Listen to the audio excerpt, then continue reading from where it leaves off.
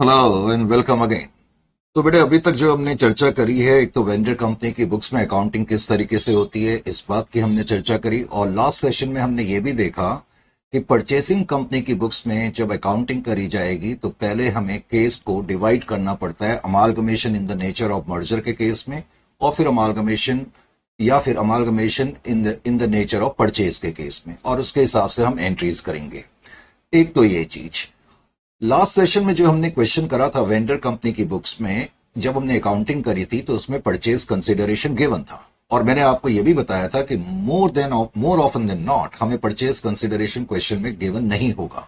तो purchase consideration जब question में गिवन नहीं होगा तो परचेज कंसिडरेशन कैसे फाइंड करेंगे, ये अब हम देखने की कोशिश करेंगे सेक्शन 2 के तहत।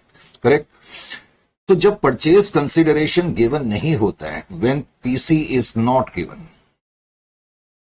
when PC purchase consideration is not given, जब परचेज कंसिडरेशन गिवन नहीं होगा तो किस तरीके से हमें परचेज कंसिडरेशन फाइंड करना होगा। लास्ट सेशन में मैंने ये भी हल्का सा आपको बताया था कि जब परचेज कंसिडरेशन गिवन नहीं होगा तो उसको फाइंड करने के बेसिकली 3 मेथड होते हैं, यानी कि परचेज कंसिडरेशन कंप्यूट करने के ब्रॉडली बेसिकली 3 मेथड देखने में आते हैं। करेक्ट। एक तो होता है जिसको हम कहते हैं net assets method, net assets method. एक और मेथड होता है उसको हम कहते हैं intrinsic value of shares method, intrinsic value of shares method. एक तो है नेट एसेट्स मेथड, एक intrinsic value of shares method, और फिर हम देखेंगे एक होता है net payment method, net payment method. तो परचेज कंसिडरेशन किस तरीके से कंप्यूट करा जाएगा। परचेज कंसिडरेशन कंप्यूट करने के लिए मैंने कहा कि 3 मेथड्स हमारे पास अवेलेबल होते हैं, net assets method, intrinsic value method, net payment method. Number 1। Number 2, अब आपको इस बात का भी ध्यान रखना होगा कि ये हमारी मर्जी पर डिपेंड नहीं करता है, या हमारी चॉइस पर, हमारी डिस्क्रिप्शन पर यह बात निर्भर नहीं करती है कि हमारी मर्जी, हम जिस मर्जी मेथड से परचेज कंसिडरेशन कंप्यूट कर लेंगे। कौन से मेथड से हमें परचेज कंसिडरेशन कंप्यूट करना है, ये क्वेश्चन की लैंग्वेज को पढ़ करके हमें समझ में आना चाहिए। Is it clear to you? तो अब हमारे डिस्कशन का जो मेन थीम होगा वो यही होगा कि हम किस तरीके से पता करेंगे कि कौन से मेथड से हमने परचेज कंसिडरेशन कंप्यूट करना है जब परचेज कंसिडरेशन ऑब्वियसली गिवन नहीं होगा। तो इन 3 मेथड में से कौन सा मेथड हम अपनाएंगे, नंबर 1, और नंबर 2 फिर जो भी मेथड हम अपनाएंगे उस मेथड से परचेज कंसिडरेशन कैसे कंप्यूट करा जाता है। अब हमने बेसिकली ये सीखना है, तो ये कोई बहुत मुश्किल काम नहीं है। आइए पहले देखें सेक्शन 2 में, ये थोड़ा सा स्ट्रॉन्ग क्वेश्चन मैंने लिया है, इस क्वेश्चन को ध्यान से देखें। कहता है balance sheet of Reckless Limited on 31st of March 2023 is as follows. तो रेकलेस लिमिटेड नाम की जो कंपनी है, ऑफ कोर्स हम बाद में देखेंगे कि ये वेंडर कंपनी है, और वेंडर कंपनी की बैलेंस शीट हमें दी हुई है। वेंडर कंपनी की बैलेंस शीट में शेयर कैपिटल है। अब हमें अच्छी तरह से मालूम है कि शेयर कैपिटल को हम शेयर होल्डर के अकाउंट में पोस्ट करते हैं। उसके अलावा रिजर्व्स एंड सरप्लस के अंदर काफी रिजर्व्स मौजूद हैं। एक तो profit prior to incorporation. Profit prior to incorporation का मतलब होता है कि किसी कंपनी ने अपने इनकॉर्पोरेशन से पहले ही जो प्रॉफिट कमाया, वैसे ये कैपिटल नेचर का प्रॉफिट होता है, लेकिन अब ये कंपनी लिक्विडेट हो चुकी है तो इस प्रॉफिट में जितना भी बैलेंस पड़ा हुआ है वो भी फ्री माना जाएगा, यानी कि इसको भी तुम फ्री रिजर्व के रूप में ट्रीट करोगे और शेयर होल्डर्स के अकाउंट में क्रेडिट करोगे। कंटिजेंसी रिजर्व वैसे कोई कंपनी इसलिए बनाती है कि अकस्मात कोई घटना घट जाए या कोई कंटिजेंसी हो जाए तो हम उसको निपट सके। करेक्ट। अब बिकॉज हमारी कंपनी अब लिक्विडेट हो गई है तो इस रिजर्व में जितना भी बैलेंस पड़ा है वो भी फ्री माना जाता है, इसलिए इसको भी अब हम फ्री रिजर्व्स के रूप में ट्रीट करेंगे और शेयर होल्डर्स के अकाउंट की क्रेडिट साइड पे ले जाएंगे। प्रॉफिट एंड लॉस अकाउंट को तो हम ले ही जाते हैं शेयर होल्डर अकाउंट की क्रेडिट साइड पे। उसके अलावा जहां तक लायबिलिटीज का सवाल है, नॉन करेंट लायबिलिटीज मैंने लिखी तो है, लेकिन आपकी कोई नॉन करेंट लायबिलिटी इस क्वेश्चन में है नहीं, कोई भी लायबिलिटी नहीं है, मैंने वैसे ही यहां पर लिख दिया है। तो कोई भी नॉन करेंट लायबिलिटी नहीं है, लेकिन करंट लायबिलिटी के रूप में आपकी 3 लायबिलिटी है। एक तो है क्रेडिटर्स, एक है एक्सेप्टेंसेस और एक है प्रोविजन फॉर टैक्स। आपकी 3 लायबिलिटी है। फर्स्ट लास्ट सेशन में भी मैंने कहा था कि जब भी हम वेंडर कंपनी की बुक्स में अकाउंटिंग करेंगे तो हमें लायबिलिटी का थोड़ा ध्यान रखना चाहिए कि वेंडर कंपनी की कौन कौन सी लायबिलिटी है। Correct, number 1।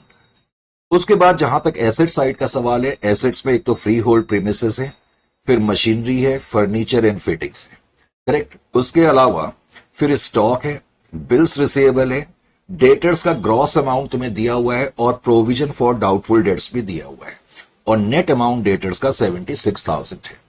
उसके अलावा कैश इन हैंड और कैश एट बैंक मिला करके 1,58,800 के ये टोटल एसेट्स हमारे सामने मौजूद हैं।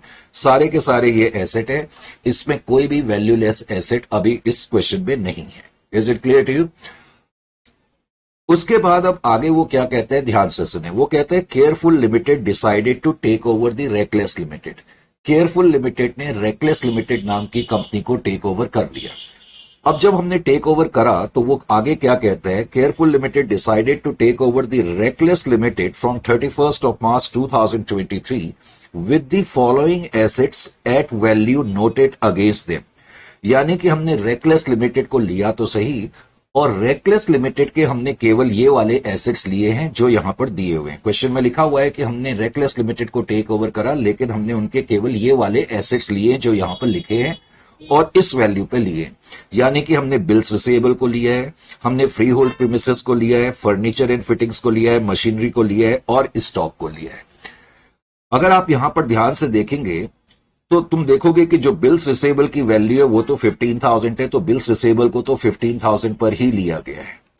उसके अलावा फ्री होल्ड प्रीमिसेस की वैल्यू 2,20,000 है, उसको हमने 4 लाख पर लिया है। इजंट इट और नॉट? और उसके अलावा तुम्हें दिया हुआ है क्वेश्चन में फ्री होल्ड प्रीमिसेस, उसके अलावा क्वेश्चन में तुम्हें दिया हुआ है फर्नीचर एंड फिटिंग्स। और फर्नीचर एंड फिटिंग्स को जो तुमने लिया है वो 80,000 पे लिया है, फर्नीचर एंड फिटिंग्स को 80,000 पे लिया है। उसके अलावा मशीनरी को, प्लांट एंड मशीनरी जो 1,77 की थी, उसको तुमने 1,60,000 पर लिया है। उसके अलावा तुमने स्टॉक को लिया है और स्टॉक जो है वो 3,45,000 है। इसका मतलब परचेसिंग कंपनी ने वेंडर कंपनी के जो एसेट्स लिए, कौन कौन से एसेट्स लिए, एक तो फ्री होल्ड प्रीमिसेस को लिया, मशीनरी को लिया, फर्नीचर एंड फिटिंग्स को लिया, स्टॉक को लिया, बिल्स रिसीवेबल को लिया, लेकिन डेटर्स को नहीं लिया। इसका मतलब है, और कैश को भी नहीं लिया, क्योंकि क्वेश्चन में क्लियरली दिया हुआ है कि परचेसिंग कंपनी ने केवल ये वाले एसेट्स हमारे टेक ओवर करे। यहां तक ठीक है। इसका मतलब क्या हो गया, जब मैं अकाउंटिंग करूंगा तो जितने, मैंने अब कई बार कह दिया, बार बार कहते हुए ये बात अच्छी नहीं लगती है, लेकिन फिर भी तुम्हें याद दिलाने के लिए कि जितने भी एसेट्स से हम रियलाइजेशन अकाउंट में पोस्ट करेंगे, चाहे उनको लिया गया हो या ना लिया गया हो, यानी कि जब मैं रियलाइजेशन अकाउंट बनाऊंगा तो मैं सारे के सारे एसेट इंक्लूडिंग डेटर्स, हालांकि डेटर्स को नहीं लिया गया लेकिन मैं डेटर्स को भी पोस्ट करूंगा। हमें सिर्फ और सिर्फ कैश का ख्याल करना पड़ता है। तो कैश इन हैंड और कैश एट बैंक को नहीं लिया गया, इसलिए कैश इन हैंड और कैश एट बैंक को हम कैश अकाउंट में पोस्ट कर देंगे। लेकिन कैश इन हैंड के अलावा जितने भी एसेट है, चाहे उनको लिया जाए या ना लिया जाए, हम रियलाइजेशन अकाउंट में पोस्ट करेंगे। और रियलाइजेशन अकाउंट में जब हम पोस्ट करते हैं तो बैलेंस शीट की फिगर के साथ करेंगे, क्योंकि हम बैलेंस शीट से उसकी पोस्टिंग करते हैं, करेक्ट। अब ये जो रिवाइज्ड वैल्यू दी हुई है, इसका क्या यूज होगा ये मैं खुद ही बताऊंगा। तो परचेसिंग कंपनी ने तुम्हारे ये एसेट्स लिए हैं और इस वैल्यू पर लिए हैं। अब इस बात को देखने के बाद आगे क्वेश्चन क्या कहता है। आगे क्वेश्चन ने कहा कि 1/4 ऑफ द कंसिडरेशन, यानी कि जितना भी परचेज कंसिडरेशन है। अब हमें पता लग गया कि इस क्वेश्चन में परचेज कंसिडरेशन नहीं दिया हुआ है। वो कहता है कि 1/4 of the consideration was satisfied by the allotment of fully paid preference shares of 100 each at par which carry 13% dividend on cumulative basis. जानबूझ करके सेंटेंस को लंबा चौड़ा करा जाता है आपके पेशेंस को टेस्ट करने के लिए। इसका मतलब क्या हो गया कि जो भी हमारा परचेज कंसिडरेशन आएगा, परचेज कंसिडरेशन कितना आएगा वो तो अभी बात का मैटर है, लेकिन जितना भी परचेज कंसिडरेशन आएगा, अभी हमें मालूम नहीं कि परचेज कंसिडरेशन कितना है, लेकिन इस लाइन को पढ़ करके हमें यह जरूर पता लग गया, जो अभी अभी लाइन मैंने पढ़ी, कि जितना भी परचेज कंसिडरेशन होगा उसका जो 1/4 हिस्सा होगा उसके लिए परचेजिंग कंपनी अपनी कंपनी के प्रेफरेंस शेयर कैपिटल इशू करेगी, जिनका की रेट ऑफ डिविडेंड 13% होगा, यानी कि 13% क्यूमुलेटिव प्रेफरेंस शेयर इशू करेगी, करेक्ट। और जो cumulative preference share purchasing company हमें देगी, 1/4 of the consideration was satisfied bye allotment of fully paid preference share, और कंपनी इसके लिए प्रेफरेंस शेयर देगी 100 रुपए वाले। तो जितना भी परचेज कंसिडरेशन होगा उसका जो 1/4 अमाउंट होगा वो हमें प्रेफरेंस शेयर्स में मिलेगा।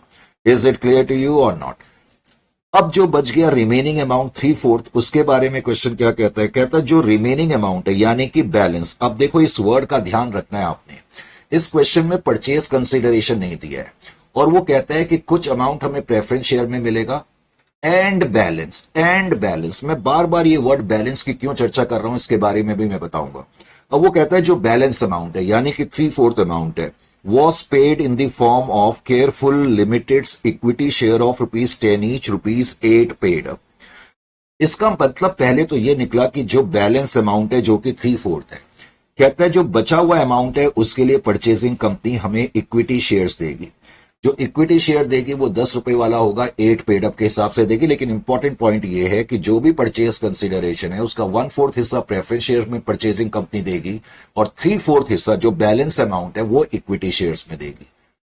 अभी अभी मैंने कहा कि जब परचेज कंसिडरेशन नहीं दिया होगा तो हमारे पास 3 विकल्प है, लेकिन मैंने कहा यह हमारी मर्जी पर डिपेंड नहीं करेगा कि हम किसी भी मेथड से परचेज कंसिडरेशन कंप्यूट कर लें।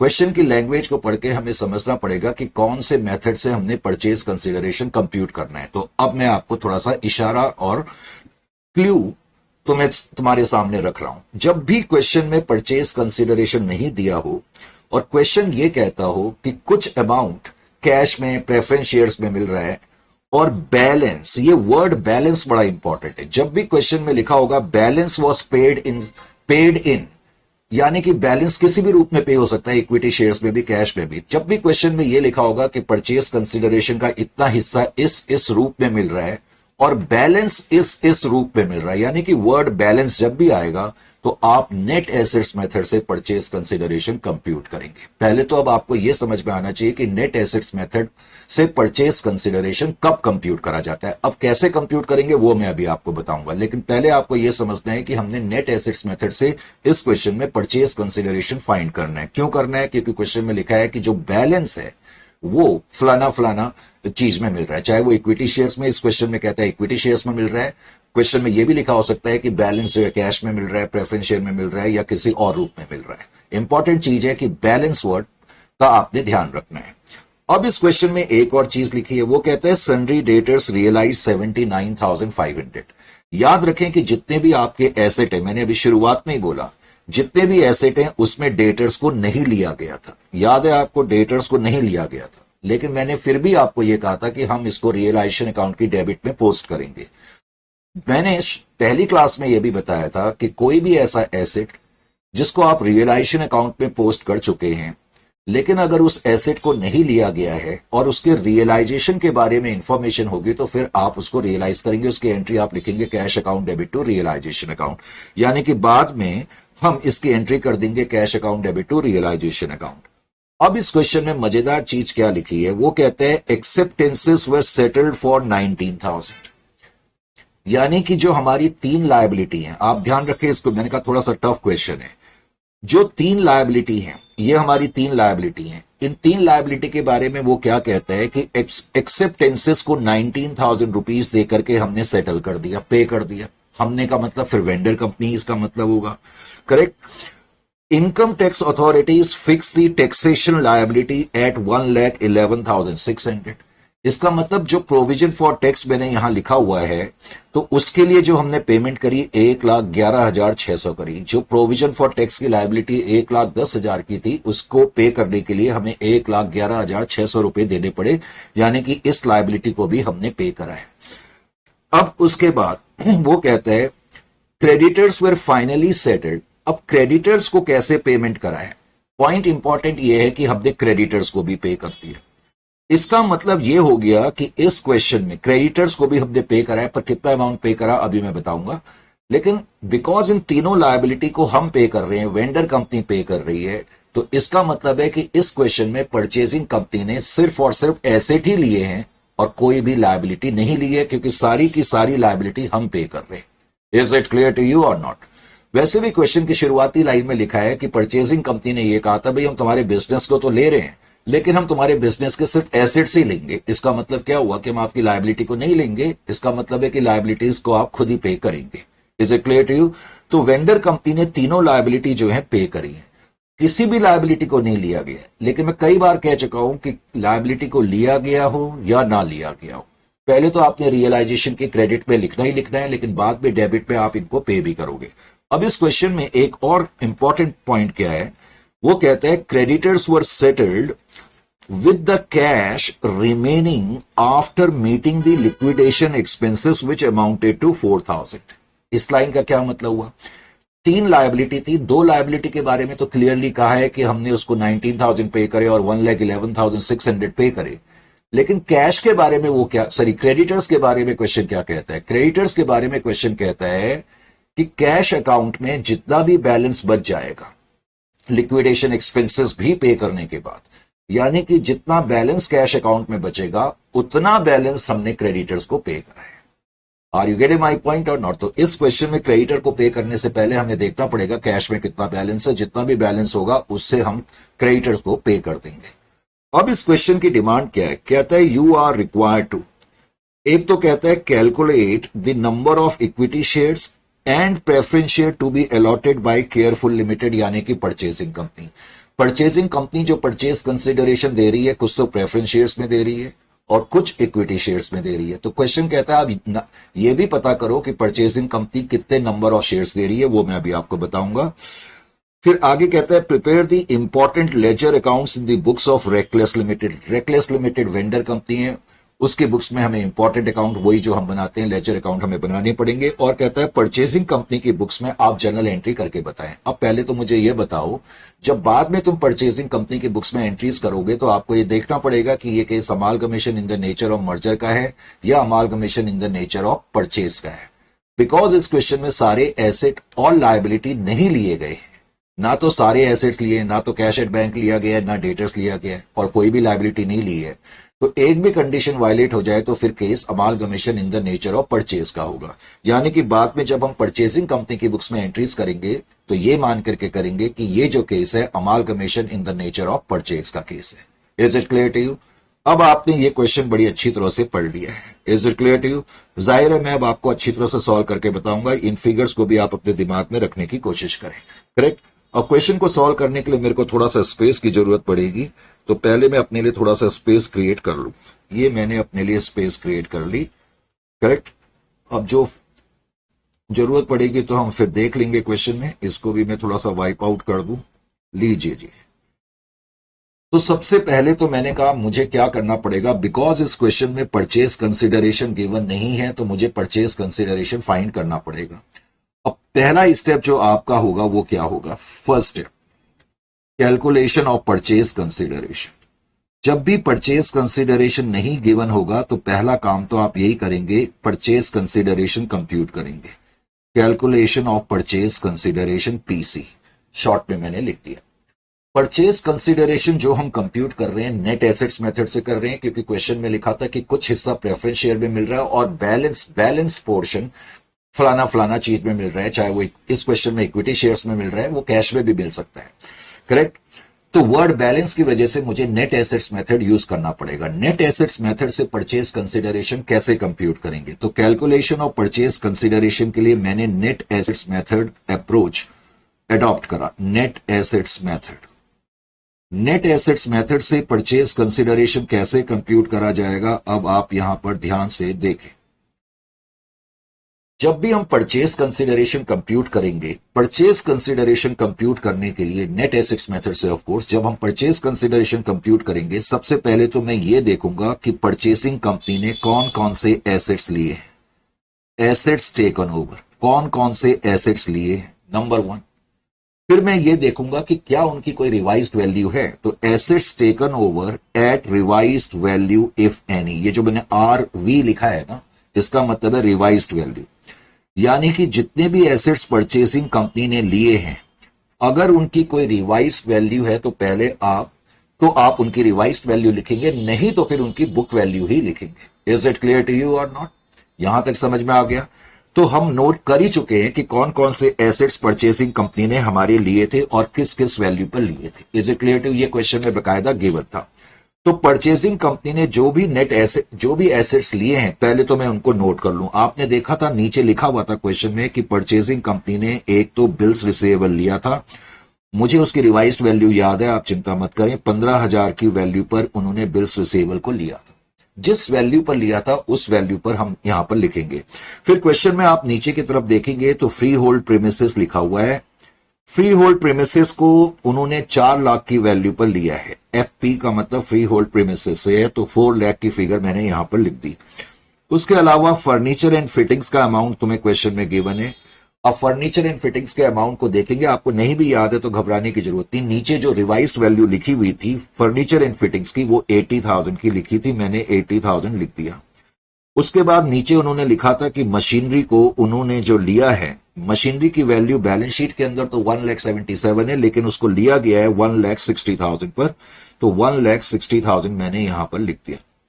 उसके अलावा स्टॉक का अमाउंट जो है वो 3,45,000 है। तो परचेसिंग कंपनी ने जो भी एसेट्स लिए हैं और जिस वैल्यू पर लिए हैं वो वैल्यू हम लिखेंगे। अगर उनकी रिवाइज्ड वैल्यू गिवन नहीं होगी तो फिर हम उनकी बुक वैल्यू लिखेंगे। तो इस केस में परचेसिंग कंपनी ने ये एसेट्स लिए हैं। अब मैं पहले तो इन एसेट्स का टोटल कर देता हूं। इन एसेट्स का टोटल आ गया जी आपका 10 लाख रुपए। ये 10 लाख आपका टोटल है। Is it clear to you? तो बड़ा सिंपल सा तरीका है नेट एसेट्स मेथड से परचेज कंसिडरेशन कंप्यूट करने का। तो एक तो आप ये देखेंगे कौन कौन से एसेट्स लिए गए हैं और उसमें से आप माइनस कर देंगे less liabilities taken over, less liabilities taken over. लेकिन इस क्वेश्चन में अनफॉर्चुनेटली परचेसिंग कंपनी ने कोई भी लायबिलिटी नहीं ली। अगर कोई लायबिलिटी ली होती, जिस वैल्यू पर भी ली होती, वो वैल्यू में माइनस कर देता। Is it clear to you? तो इसका मतलब assets taken over less liability taken over करने के बाद जो फिगर आएगी वो ये बताएगी कि परचेज कंसिडरेशन इतना है। तो अब मुझे पता लग गया कि परचेज कंसिडरेशन का अमाउंट जो है वो 10 लाख रुपए का है। पहला काम आपने ये करना है, step number 1, correct. Step number 1 के बाद फिर स्टेप नंबर 2 की तरफ आप आ जाएंगे। स्टेप नंबर 2 में आप नोट करेंगे mode of payment. Mode of payment से मेरा मतलब क्या है कि परचेसिंग कंपनी जो ये परचेज कंसिडरेशन पे करेगी, ये हमें कैसे पे करेगी। अभी कुछ लम्हा पहले मैंने आपको बताया, क्वेश्चन में लिखा भी था कि परचेसिंग कंपनी ने कहा था कि 1/4 की जो पेमेंट होगी, जो भी 1/4 की पेमेंट होगी वो तो हम आपको किस में देंगे। 1/4 की पेमेंट हम जो आपको देंगे वो पहले तो मैं यहां पर लिख दूं 13% preference share, 13% cumulative preference share. Question में लिखा हुआ है कि परचेजिंग कंपनी ने कहा कि हम 1/4 की जो पेमेंट देंगे वो 13% प्रेफरेंस शेयर्स में देंगे। तो पहले तो आप क्या करो, इसका 1/4 निकाल लो। अब मैं इसका 1/4 निकालूंगा तो ये ₹2,50,000 आ जाएगा, ₹2,50,000 आ जाएगा। अब क्वेश्चन में यह भी लिखा था कि परचेजिंग कंपनी जो हमें प्रेफरेंस शेयर देगी, एक प्रेफरेंस शेयर की जो वैल्यू होगी वो 100 रुपए की होगी। अगर मैं 2,50,000 को 100 से डिवाइड कर दूं तो मुझे यह भी पता लग सकता है कि परचेसिंग कंपनी हमें कितने प्रेफरेंस शेयर देगी। 2,500 प्रेफरेंस शेयर देगी ऑफ ₹100 ईच। इजंट इट और नॉट? क्योंकि इस क्वेश्चन में यह पूछा है कि आप ये भी बताओ कि कितने नंबर ऑफ शेयर हमें दिए जा रहे हैं। तो हम कह सकते हैं कि 10 लाख का 1/4 पहले तो 2,50,000 होता है। 1/4 की पेमेंट जो हमें मिल रही है वो प्रेफरेंस शेयर्स में मिल रही है, ये क्वेश्चन में लिखा हुआ था। अब जो बैलेंस पेमेंट है, बैलेंस पेमेंट के लिए हमें इक्विटी शेयर दिए जा रहे हैं। तो पहले तो बैलेंस का अमाउंट कितना है ये आप निकाल लें। बैलेंस का अमाउंट होगा 7,50,000। 10 लाख में से 2.5 लाख माइनस करने के बाद बैलेंस कितना बच गया, 750। तो 7,50,000 का जो अमाउंट है वो इक्विटी शेयर कैपिटल के थ्रू हमें पे करा जा रहा है। यानी कि परचेसिंग कंपनी 10 लाख की पेमेंट करने के लिए प्रेफरेंस शेयर दे रही है, इक्विटी शेयर कैपिटल दे रही है। लेकिन क्वेश्चन में उसने ये लिखा था कि जो इक्विटी शेयर्स दिए जा रहे हैं, परचेसिंग कंपनी जो अपनी कंपनी के इक्विटी शेयर देगी, 10 रुपए वाला शेयर दे रही है, यानी कि उसकी फेस वैल्यू तो 10 है लेकिन 8 पेड अप के हिसाब से दे रही है, 8 पेड अप के हिसाब से दे रही है। इसका क्या मतलब है, अगर मैं 7,50,000 को डिवाइड कर दूं पहले तो 8 से, अगर मैं इसको डिवाइड करता हूं 8 से तो कितनी फिगर आएगी पहले तो मेरे को कंप्यूट करनी पड़ेगी। 7,50,000 डिवाइडेड बाय 8। ध्यान से सुनो मैं क्या कह रहा हूं, मैंने इसको 8 से डिवाइड करा, जो पेड अप वैल्यू है 8 से डिवाइड करा तो मुझे पता लग गया कि परचेसिंग कंपनी 93,750 शेयर्स हमें देगी। ये मैंने अपने कैलकुलेटर में करेक्ट कंप्यूट करा। अब 93,750 इक्विटी शेयर देगी ऑफ ₹10 ईच, 8 पेड अप, यानी कि परचेसिंग कंपनी जो इक्विटी शेयर दे रही है वो 93,750 शेयर देगी 10 रुपए वाले 8 पेड अप के हिसाब से। तो अगर तुम्हें यह पता करना हो कि कितने नंबर ऑफ शेयर दिए जा रहे हैं तो 750 को 10 से मत डिवाइड करना, 8 से डिवाइड करना। तुम 93,750 इंटू 8 करोगे तो 7,50,000 आ जाएगा। वैसे इसका प्रॉपर मतलब क्या हो गया, परचेसिंग कंपनी ने वेंडर कंपनी के शेयर होल्डर को ये शेयर दे दिए। इसका मतलब है फ्यूचर में हम उससे अभी 2 रुपए बुला भी सकते हैं। 8 पेड अप का यही मतलब है कि अभी ये माना जा रहा है कि आपने 8 रुपए ही पे करे हैं और 2 रुपए आपसे फ्यूचर में बुलाए जा सकते हैं। तो खैर 10 लाख का परचेज कंसिडरेशन था, उसका 1/4 अमाउंट जो है 1/4 अमाउंट, ये 1/4 अमाउंट हमने कंप्यूट करा था और ये बैलेंस अमाउंट है यानी कि 3/4 अमाउंट है। तो इस तरह से अब हमें यह भी पता लग गया कि मोड ऑफ पेमेंट क्या है। जब ये दो चीजें पता लग जाती हैं तो आगे का काम तो बेहद आसान हो जाता है, उसमें हमें कुछ करने की फिर तो ज्यादा जरूरत पड़ती ही नहीं है। इजंट इट और नॉट? ज्यादा जरूरत पड़ती है या नहीं पड़ती? सर बिल्कुल नहीं पड़ती। तो अब हम क्या करेंगे, आगे अकाउंट्स बनाएंगे। अब अकाउंट्स बनाने के लिए मुझे क्या करना पड़ेगा, अकाउंट्स बनाने के लिए मुझे लेजर अकाउंट्स, लीजिए जी ये आपका स्टेप नंबर 3 है। वेंडर कंपनी की बुक्स में आपने इंपॉर्टेंट लेजर अकाउंट बनाए, लेजर अकाउंट्स, ये वेंडर कंपनी की बुक्स में काम चल रहा है। अब लेजर अकाउंट्स आपने बनाए। अब लेजर अकाउंट जब आप बनाएंगे तो कौन कौन से लेजर अकाउंट बनाएंगे? वेंडर कंपनी की बुक्स में मैंने आपको बोला एक तो आप परचेसिंग कंपनी का अकाउंट बनाएंगे, परचेसिंग कंपनी अकाउंट, ये मैंने परचेसिंग कंपनी लिख दिया। चलो तुम्हारे लिए मैं लाइन भी खींच देता हूं, ये मैंने एक लाइन भी खींच दी, purchasing company account. Purchasing company के अकाउंट के अलावा मैंने कहा कि हम एक रियलाइजेशन अकाउंट भी बनाएंगे। अब रियलाइजेशन अकाउंट बनाने के लिए मैंने इसी के नीचे बना लिया realisation account, realisation account, correct.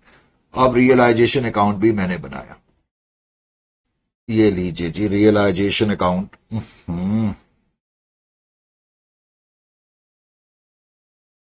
ये बड़ी प्रॉब्लम होती है, जस्ट वेट।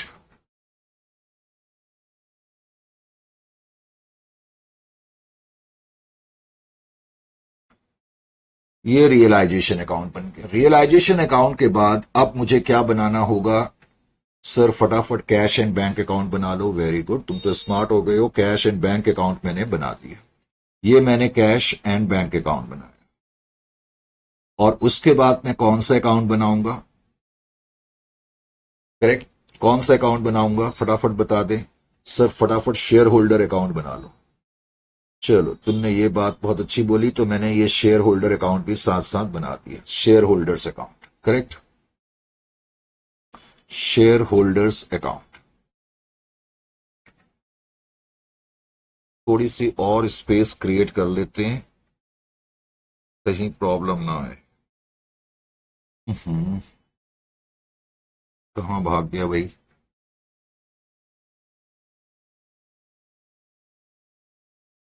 लीजिए।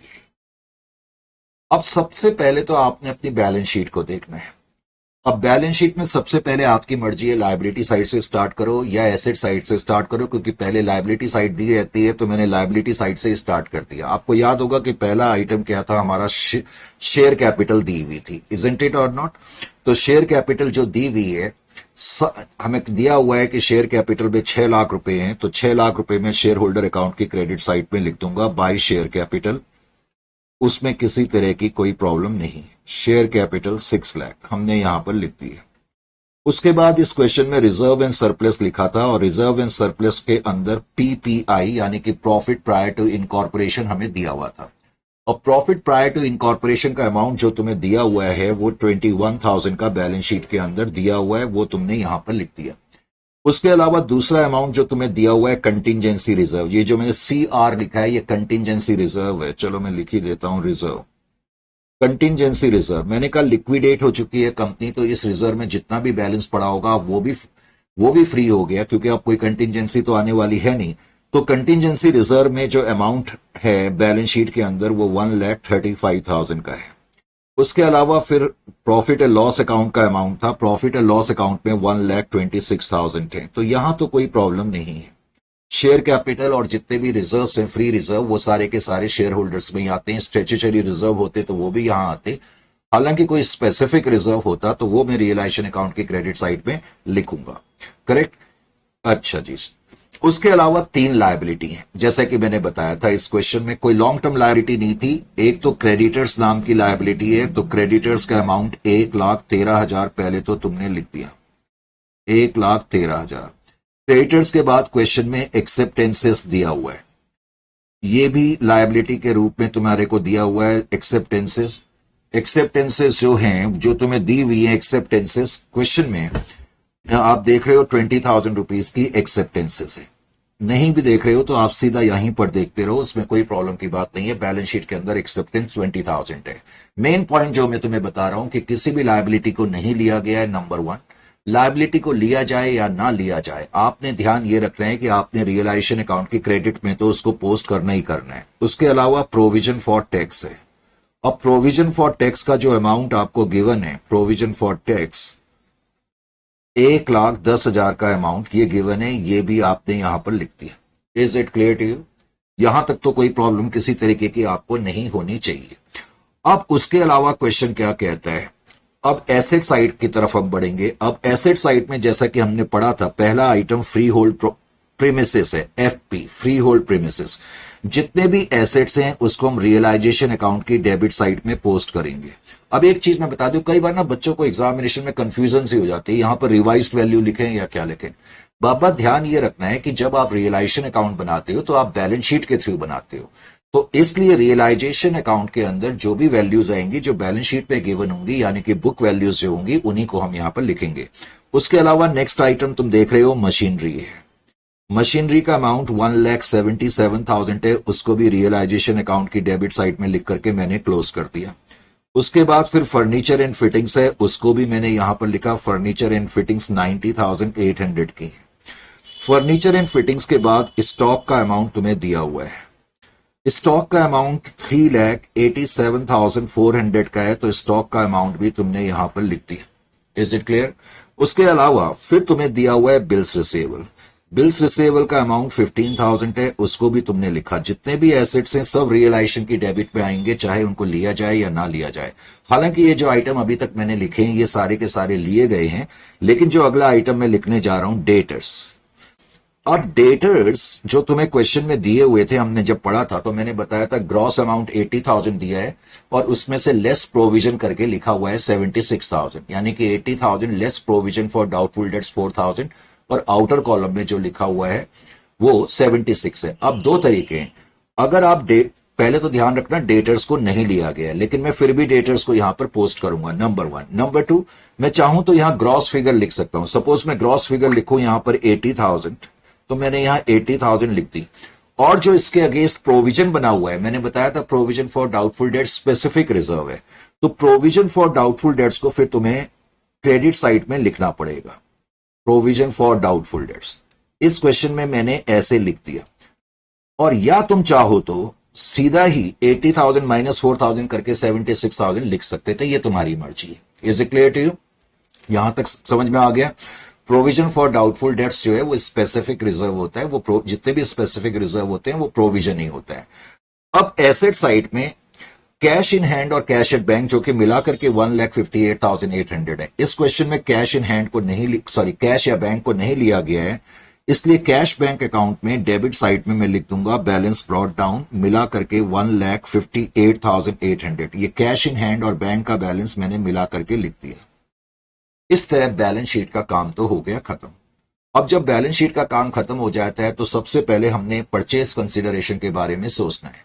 सबसे पहले तो मैं रियलाइजेशन अकाउंट की क्रेडिट साइड में लिखूंगा by purchasing company, by purchasing company, purchase consideration due, PC due. ऐसे लिखना जरूरी नहीं है, लिख सको तो अच्छी बात है। परचेज कंसिडरेशन हमने कंप्यूट करा था इस क्वेश्चन में नेट एसेट्स मेथड से, 10 लाख रुपए का परचेज कंसिडरेशन निकला। अब तुमने यहां पर परचेज कंसिडरेशन लिखा तो परचेसिंग कंपनी के अकाउंट की डेबिट साइड में आप लिखेंगे to realisation account 10 lakh rupees, isn't it और नॉट? उसके बाद आप परचेसिंग कंपनी से फिर पेमेंट रिसीव करेंगे।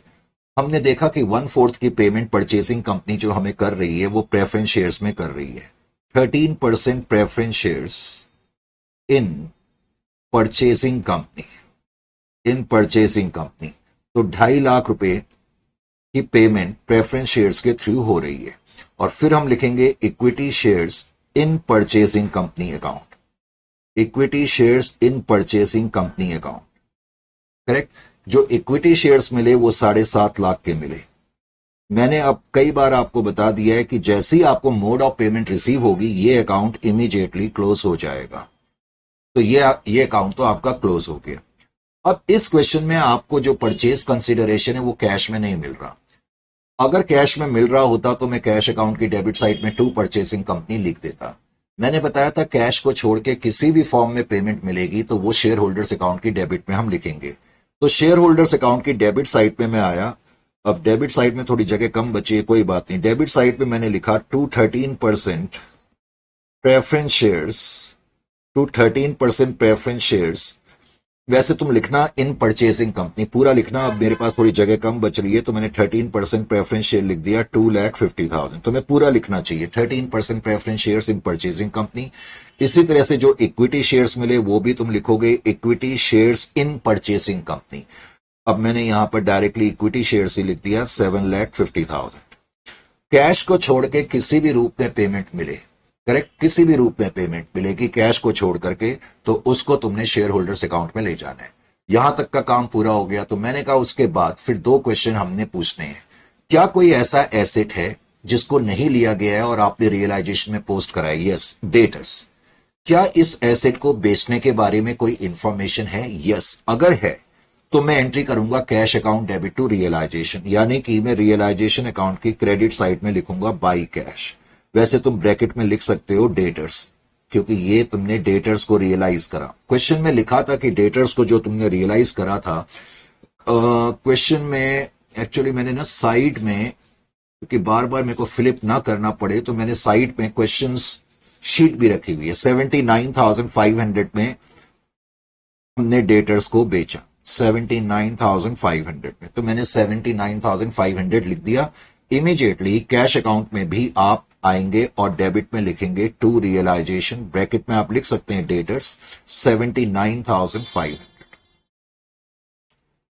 यहां तक ठीक है, किसी तरह की कोई प्रॉब्लम नहीं होनी चाहिए।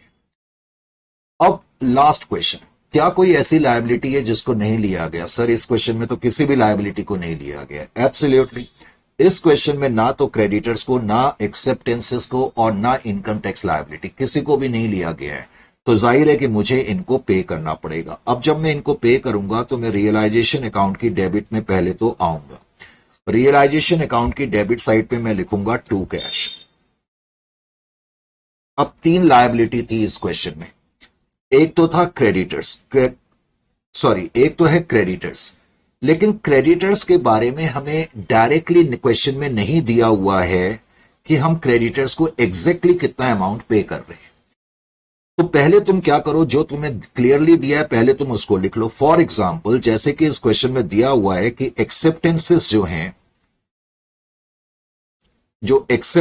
हैं उनको तुमने जो पे करा है,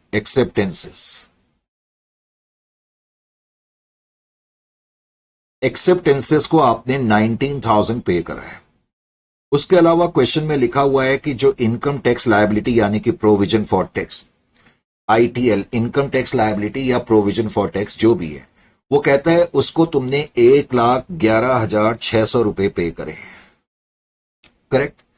इस क्वेश्चन में लिक्विडेशन एक्सपेंसेस भी हैं 4,000 के, तो मैंने यहां लिक्विडेशन एक्सपेंसेस भी लिख दिए। Of course liquidation expense vendor company bear करेगी। अब आप पूछेंगे सर आपने अभी तक क्रेडिटर्स क्यों नहीं लिखा? क्रेडिटर्स को भी तो हमने ही पे करना है, वो मैं अभी आपको बताता हूं। पहले तो आप ये टोटल कर लो, करेक्ट। एक्सेप्टेंसेस को आपने 19,000 पे करे और 1,11,600 रुपए आपने पे करे प्रोविजन फॉर टैक्स या इनकम टैक्स लायबिलिटी के लिए, और लिक्विडेशन एक्सपेंस 4,000 के आपने पे करे, तो 1,34,600 रुपीज जो है, इतना अमाउंट आपने पे कर दिया। अब आपने यहां टू कैश लिखा, तो कैश अकाउंट में क्रेडिट साइड में आप आएंगे और लिखेंगे बाय रियलाइजेशन 1,34,600। अब आप चेक करो कि आपके कैश बैंक अकाउंट में बैलेंस कितना है। तो हम चेक करते हैं। 1,00,000 पहले तो मेरे को लिखना पड़ेगा 158,800, फिर मैं लिखूंगा प्लस 79,500 और मैं माइनस करूंगा 1,34,600। तो जो बैलेंस आ रहा है, ये जो बैलेंसिंग फिगर आ रही है 1,03,700 रुपए आ रही है मेरी कैलकुलेशन के हिसाब से। नॉर्मली कैश अकाउंट में जो बैलेंस बच जाता है उसका हम क्या करते हैं, नॉर्मली क्या करते हैं, हम शेयर होल्डर्स को पे कर देते हैं, मैंने ये बताया था। लेकिन इस क्वेश्चन में क्या लिखा हुआ था, जो मैंने उस वक्त आपको बताने की भी कोशिश करी थी, अगर आप देखोगे तो क्वेश्चन में लिखा हुआ था कि हमने क्रेडिटर्स को जो भी फाइनल अमाउंट बच गया है, फाइनल अमाउंट बच गया है का मतलब ये, यानी कि सारी चीजें पे करने के बाद, इवन लिक्विडेशन एक्सपेंसेस भी पे करने के बाद जितना भी अमाउंट बच गया है वो हम क्रेडिटर्स को पे करेंगे। तो ये अमाउंट अब की बार आप क्रेडिटर्स को पे करेंगे, करेक्ट। तो यहां पर आप क्रेडिटर्स मत लिखना, यहां पर आपको रियलाइजेशन अकाउंट लिखना पड़ेगा और ब्रैकेट में आप लिख सकते हो क्रेडिटर्स, और ये आपकी बैलेंसिंग फिगर भी है। अब यहां पर आपने बाय रियलाइजेशन लिखा, तो रियलाइजेशन अकाउंट की डेबिट साइड में मुझे यहां पर लिखना पड़ेगा टू कैश। अब आपको पता लग गया कि क्यों मैंने क्रेडिटर्स को पहले पे नहीं करा था। तो क्रेडिटर्स को हमने क्वेश्चन में लिखा था उतना अमाउंट पे करना है जितना कि कैश अकाउंट में बैलेंस है, यानी कि 1,03,700 रुपए में पे करूंगा। Is it clear to you और नॉट? Yes sir. तो ये इंटरेस्टिंग क्वेश्चन थोड़ा सा है, और उसके बाद जाहिर है कि आप इसको टैली करेंगे। अब आप टैली करेंगे तो आपकी क्रेडिट साइड बड़ी है, करेक्ट। अब ये मत सोचना मेरी कैलकुलेशन इतनी फास्ट है, आप हमेशा पहले तो खुद भी चेक कर लिया करें। अब मैंने अधिकतर आंसर मुझे याद रहते हैं, तो 1,18,000 रुपए आपकी बैलेंसिंग फिगर आएगी, यानी कि ये प्रॉफिट है। इस प्रॉफिट को कहां ले जाएंगे, शेयर होल्डर्स अकाउंट में ले जाएंगे, और शेयर होल्डर्स अकाउंट की क्रेडिट साइड में हम क्या लिख देंगे, बाय रियलाइजेशन प्रॉफिट, या सिंपली बाय रियलाइजेशन अकाउंट भी लिख सकते हो, बाय रियलाइजेशन प्रॉफिट। तो प्रॉफिट हो गया 1,18,000। अब कैश अकाउंट तो पहले ही क्लोज हो चुका है, कैश अकाउंट में तो अब कोई बैलेंस है ही नहीं, तो अब तुम्हें इसी को टैली करना पड़ेगा। अब जब मैं इसको टैली करूंगा तो यहां का टोटल तो 10 लाख है, क्या यहां का टोटल भी 10 लाख आ रहा है? बिल्कुल आ रहा है। तो 10 लाख 10 लाख आपका टोटल आ गया। यहां तक किसी तरह की कोई प्रॉब्लम, पक्का कोई प्रॉब्लम नहीं होनी चाहिए। अब मैंने कहा मुझे बुक्स ऑफ परचेसिंग कंपनी में काम करना होगा। अब जब मैं बुक्स ऑफ परचेसिंग कंपनी में काम करूंगा, बुक्स ऑफ परचेसिंग कंपनी, तो बुक्स ऑफ परचेसिंग कंपनी में हमें इनिशियल एंट्रीज करनी पड़ेंगी। तो तुम्हें यह देखना पड़ेगा ये कौन सा केस है, ये amalgamation in the nature of purchase का केस है, amalgamation in the nature of purchase का केस है। क्यों है? क्योंकि जो amalgamation in the nature of merger की सारी कंडीशन होती हैं वो सेटिस्फाई नहीं हो रही, amalgamation in the nature of purchase. अब मैंने बताया था कि अधिकतर जो केसेस होंगे वो amalgamation in the nature of purchase के ही केस होंगे। अब amalgamation in the nature of purchase के केस में आप कैसे एंट्री करेंगे वो मैं डायरेक्टली आपको बता देता हूं, क्योंकि उसमें आप कोई बड़ी बात नहीं है, करेक्ट। आइए जी, तो अब मैं आपको डायरेक्टली यहां पर बता देता हूं, दोबारा से मैं क्वेश्चन की तरफ आ जाता हूं। वैसे क्वेश्चन मैंने ये सारा आपका सॉल्व करा हुआ है, ठीक है। आप नहीं भी लिखना चाहते कोई बात नहीं, वैसे लिखा करो, लिखने से हमेशा बेटर रहता है। अब हम परचेजिंग कंपनी की बुक्स में आ गए। परचेसिंग कंपनी की बुक्स में entries in the books of purchasing company, पहले तो मैंने यहां लिख भी दिया amalgamation in the nature of purchase, और मैंने आपको बता भी दिया कि ये amalgamation in the nature of purchase का केस क्यों है, करेक्ट। थोड़ी देर पहले मैंने बताया भी था, इनफैक्ट लास्ट सेशन में, जब भी हम बिजनेस परचेज करेंगे किसी कंपनी का तो पहले मैं ड्यू एंट्री करूंगा। एंट्री होगी बिजनेस परचेज, कितने में मैंने खरीदा। मैं अब कौन सी कंपनी हूं, परचेसिंग कंपनी हूं। Business purchase account debit to liquidator of vendor company. इसका मतलब क्या होता है? इसका मतलब है कि हमने बिजनेस परचेज करा 10 लाख में और वेंडर कंपनी के लिक्विडेटर को हमने 10 लाख देने हैं। अब हमने कौन कौन से एसेट लिए हैं, तुम उनको अलग अलग कर करके भी लिख सकते हो या डायरेक्टली उनका टोटल लिख सकते हो, क्योंकि टोटल तो हमने कर ही लिया। मैंने बताया ना, परचेजिंग कंपनी उन एसेट्स को रिकॉर्ड करेगी जो एसेट्स उन्होंने लिए हैं। तो जब हमने परचेज कंसिडरेशन कंप्यूट करा था, जो 5 एसेट्स थे उनका टोटल 10 लाख आया था, इसलिए मैंने directly sundry assets account debit 10 lakh लिख दिया। तुम चाहो तो अलग अलग कर करके भी लिख सकते हो, free hold premises, bills receivable, machinery account, और जिस वैल्यू पे लिया है परचेजिंग कंपनी ने, जिस वैल्यू पे लिया है उस पर वो रिकॉर्ड करेगी। और हमने कोई लायबिलिटी नहीं ली है, टू बिजनेस परचेज। तो 10 लाख के एसेट लिए और उसके लिए हमने 10 लाख रुपए ही दिए, तो इस क्वेश्चन में कोई भी गुडविल या कैपिटल रिजर्व नहीं आया, क्योंकि ये परचेज का केस है, डिफरेंस आएगा तो गुडविल या कैपिटल रिजर्व आएगा।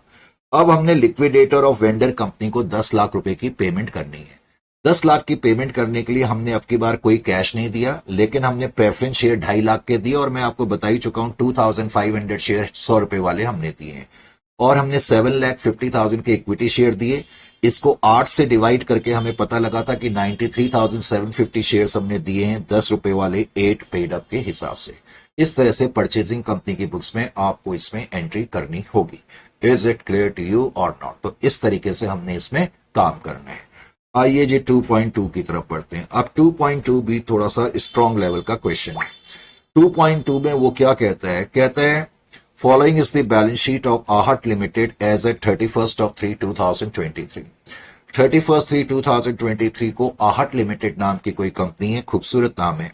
सबसे पहले तो आप अपनी एसेट साइड को बैलेंस शीट के आइटम को बड़े ध्यान से देखा करो और दिमाग में उनको बैठाने की कोशिश भी करा करो। शेयर कैपिटल है, अब मैं पूछूंगा नहीं कि इसकी पोस्टिंग कहां होगी। रिजर्व एंड सरप्लस के अंदर 2 रिजर्व हैं, दोनों फ्री रिजर्व हैं, जनरल रिजर्व और profit and loss account. General reserve 80,000 का है, प्रॉफिट एंड लॉस अकाउंट में 3,60,000 का बैलेंस मौजूद है। करेक्ट। उसके अलावा जहां तक नॉन करेंट लायबिलिटी का सवाल है, अब की बार 2 लायबिलिटी दी हुई है, एक तो डिवेंचर है, एक लोन फ्रॉम डायरेक्टर्स है। उसके अलावा करंट लायबिलिटी के रूप में क्रेडिटर्स है। इंपॉर्टेंट चीज ये है कि ये 3 लायबिलिटी है, इनका हमें ख्याल करना होगा। उसके अलावा एसेट साइड में हम आएंगे तो एक तो हमें लैंड एंड बिल्डिंग नजर आई, प्लांट एंड मशीनरी नजर आई, उसके अलावा गुडविल भी नजर आई। और ये जो आइटम है मिसलेनियस एक्सपेंडिचर, मैं कई बार कह चुका हूं ये वैल्यूलेस आइटम है, इसको तुम शेयर होल्डर अकाउंट की डेबिट में लिख करके खत्म कर दोगे। उसके अलावा फिर आपके ये करंट एसेट्स आपको दिए हुए हैं स्टॉक के रूप में आपको दिया हुआ है। और उसके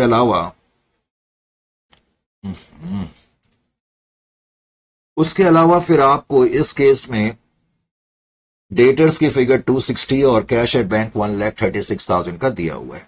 आगे क्वेश्चन क्या कहता है कि एहसास लिमिटेड नाम की कोई कंपनी है, उसने एब्जॉर्व कर लिया आहट लिमिटेड को on the following terms and condition. Following terms and conditions पर हमने इनको टेक ओवर कर लिया है परचेसिंग कंपनी ने। तो कौन सी कंडीशंस हैं? लेट अस सी। कहता है purchasing company would take over all assets. यहां पर उसने क्लियर करा कि परचेसिंग कंपनी सारे एसेट्स तो लेगी, लेकिन कहता है कैश एट बैंक को नहीं, cash at bank balance except bank balance, यानी कि बैंक को छोड़ करके हमने सारे एसेट्स लिए। अब कहता है eight their book value less 10%। Cash को छोड़ के जितने भी एसेट हैं कहता है उनको हमने लिया। देखो याद रखें, मिसलेनियस एक्सपेंडिचर या वैल्यूलेस आइटम एसेट्स की परिभाषा में सम्मिलित नहीं करे जाते हैं, तो मिसलेनियस एक्सपेंडिचर को तो लेने का मतलब ही नहीं होता। तो कैश को छोड़ के जितने भी एसेट्स हैं जो रियल सेंस में एसेट है उनको हमने बुक वैल्यू लेस 10% पर लिया। और कहता है goodwill is to be valued at 4 years purchase of super profits assuming that normal rate of return is 8% on the combined amount of share capital and general reserve। पहले तो इस लाइन का क्या मतलब हुआ उसको मैं थोड़ा सा समझा देता हूं। कहता है परचेसिंग कंपनी ने जितने भी एसेट हैं, land and building, plant and machinery, उसके अलावा स्टॉक, डेटर्स, करेक्ट, वो कहता है इन सबको हमने बुक वैल्यू लेस 10% पर लिया। जो भी इनकी बुक वैल्यू है उसमें से 10% लेस करके हमने इनको लिया। याद रखें इस क्वेश्चन में कैश एट बैंक को नहीं लिया गया है। तो अब जितने भी एसेट बचे, और मिसलेनियस एक्सपेंडिचर को तो लेने का मतलब ही नहीं होता, तो जितने भी एसेट बचे कहता है कि उनको हमने बुक वैल्यू लेस 10% पे लिया। लेकिन वो कहता है गुडविल को हमने इस तरीके से वैल्यू करा जो इंफॉर्मेशन नीचे दी हुई है, यानी कि गुडविल की वैल्यूएशन हमें करनी पड़ेगी। तो गुडविल को माना जाएगा उस वैल्यू पे लिया है, और उसके अलावा जितने भी ये एसेट बचे, उसके अलावा land and building, plant and machinery, stock और डेटर्स, इनको हमने बुक वैल्यू लेस 10% पर लिया। बात समझ में आ गई? तो सबसे पहले आपको इस क्वेश्चन में क्या करना होगा आप समझें। पहले तो वो क्या कहता है, इस लाइन को मैं थोड़ा एक्सप्लेन करने की कोशिश कर रहा हूं। कहता है purchasing company will take over all asset except bank balance at their book value less 10%। अब कहता है goodwill is to be valued at 4 years purchase of super profit. देखो सुपर प्रॉफिट्स का मतलब क्या होता है, आप लोगों ने कब से पढ़ा हुआ है, 11-12 से पढ़ा हुआ है, आपको मालूम है ना। सुपर प्रॉफिट्स कंप्यूट करने के लिए आप क्या करा करते थे, आप एवरेज प्रॉफिट लिखा करते थे, जो भी एवरेज प्रॉफिट्स होते थे, करेक्ट। उस एवरेज प्रॉफिट में से आप नॉर्मल प्रॉफिट माइनस करते थे। याद है आपको? नहीं भी याद है तो कोई बात नहीं, यहां देख लो नॉर्मल प्रॉफिट्स। तो जो भी आपके एवरेज प्रॉफिट्स होंगे उसमें से आप नॉर्मल प्रॉफिट्स माइनस करोगे। लेकिन यहां क्वेश्चन में वो क्या कह रहे हैं, कह रहे हैं goodwill is to be valued at 4 years purchase of super profits assuming that normal rate of return is 8% on the combined amount of share capital and general reserve. On the combined amount of capital and general reserve. यानी कि जब मैं normal profit compute करूंगा उसके लिए मुझे normal rate of return चाहिए जो कि 8% है। अब वो क्या कहता है कि जो नॉर्मल रेट ऑफ रिटर्न है उसको किस पर बेस करना है। वैसे इससे पहले के लेवल पे जब आप normal rate of return apply करते थे तो कैपिटल एम्प्लॉयड पर करते थे, वो कोई गलत नहीं है, वैसे ही हम भी करते हैं। लेकिन यहां वो क्या कह रहे हैं कि normal rate of return is 8% on the combined amount of capital and general reserve. यानी कि जो कैपिटल आपकी दी होगी और प्लस जो जनरल रिजर्व में बैलेंस होगा उसको ऐड कर करके जो भी आएगा उसका मैं 8% निकालूंगा, वो नॉर्मल प्रॉफिट होगा। बात समझ में आ गई? फॉर एग्जांपल इस क्वेश्चन में आप देख रहे हो शेयर कैपिटल 8 लाख की और जनरल रिजर्व 80,000 का है। तो इसका मतलब मैं 8 लाख की कैपिटल प्लस जनरल रिजर्व 80,000, तो 8% में इसका निकाल लूंगा तो मुझे पता लग जाएगा कि नॉर्मल प्रॉफिट्स कितना है। तो एवरेज प्रॉफिट जो भी होंगे उसमें से हम नॉर्मल प्रॉफिट माइनस करेंगे तो हमारे पास सुपर प्रॉफिट्स आ जाएगा। जो भी सुपर प्रॉफिट्स होगा उसको मैं ईयर्स ऑफ परचेज से मल्टीप्लाइड कर दूंगा। ईयर्स ऑफ परचेज जो है वो क्वेश्चन में तुम्हें 4 दिया हुआ है, 4 ईयर्स। तो जो भी सुपर प्रॉफिट्स होंगे उसको मैं 4 से मल्टीप्लाइड करूंगा, मेरी फर्म की गुडविल मेरे पास आ जाएगी। तो ये पहली लाइन का मैंने अभी मतलब बताया। हालांकि अभी तक हमारे सामने एवरेज प्रॉफिट नहीं है, वैसे बाद में एवरेज प्रॉफिट तुम्हें दिया हुआ है। यहां पर द एवरेज प्रॉफिट इज 1,24,400। तो तुम्हें पता लग गया कि भाई एवरेज प्रॉफिट तो आपका 1,24,400 का है, 1,24,400। अब उसमें से आप नॉर्मल प्रॉफिट माइनस करोगे। मैंने बताया था नॉर्मल प्रॉफिट कैसे निकालेंगे, 8% ऑफ 8,80,000, क्योंकि वो कह रहा है कि जो नॉर्मल प्रॉफिट है that is 8% of combined amount of capital and reserve. Combined amount of capital and reserve is 8,80,000. उसका 8% मैंने निकाला तो 70,400 आ गया। तो 70,400 क्या आ गया, ये मेरा नॉर्मल प्रॉफिट आ गया। अब इसको मैं इसमें से माइनस कर देता हूं तो मेरे पास क्या आ जाएगा, 1,24400 में से माइनस करा तो 54,000 आ गया सुपर प्रॉफिट्स। अब सुपर प्रॉफिट जो 54,000 आ गया उसको मैं 4 से मल्टीप्लाइड कर देता हूं तो इंटू 4, तो इसका मतलब गुडविल 2,16,000 की आ गई। तो इसका मतलब अब कहानी हमारे सामने क्लियर हो गई कि परचेसिंग कंपनी ने हमारी गुडविल को 2,16,000 पे लिया, नंबर 1। बाकी जो भी एसेट लिए हैं उनको बुक वैल्यू लेस 10% पे लिया है। कैश एट बैंक को उन्होंने लिया ही नहीं है। Is it clear to you और नॉट? अच्छा, कैश एट बैंक के बारे में अभी मैंने पढ़ा, हाँ शुरू में ही लिख दिया था कि उन्होंने कैश एट बैंक को नहीं लिया है, तो कैश एट बैंक को नहीं लिया गया है। अब पहली लाइन के बाद दूसरी कंपनी में कहता है purchasing company to take over creditors at book value. देखो इस लाइन को बहुत अच्छी तरह समझना है। तुम्हारी 3 लायबिलिटी थी इस क्वेश्चन में, 10% डिवेंचर, लोन फ्रॉम डायरेक्टर्स और क्रेडिटर, और परचेसिंग कंपनी ने सिर्फ क्रेडिटर्स को ही लिया है। इसका मतलब इन 2 लायबिलिटीज को नहीं लिया गया है, क्योंकि 3 लायबिलिटी हैं। एक लायबिलिटी के बारे में कहा जा रहा है कि उसको लिया गया है, तो इसका मतलब बाकी लायबिलिटीज को नहीं लिया गया है। अब जिन लायबिलिटीज को नहीं लिया गया है तो उनको पे करने की जिम्मेदारी किसकी होगी? आपकी जिम्मेदारी होगी। आप उनको पे करेंगे तो आपने उनको पे करना नहीं भूलना है। बाद में जब आप परचेज कंसिडरेशन कंप्यूट करेंगे तो जो एसेट लिए गए हैं उसमें से आपसे क्रेडिटर्स ही माइनस करेंगे, तभी आपके पास परचेज कंसिडरेशन आएगा। Is it clear to you और नॉट? अच्छा जी। उसके बाद कहता है लिक्विडेशन एक्सपेंसेस जो हैं वो 16,000 के, दिया नहीं है कौन सी कंपनी बियर कर रही है, तो लिक्विडेशन एक्सपेंसेस आपको ही बियर करने पड़ेंगे, करेक्ट।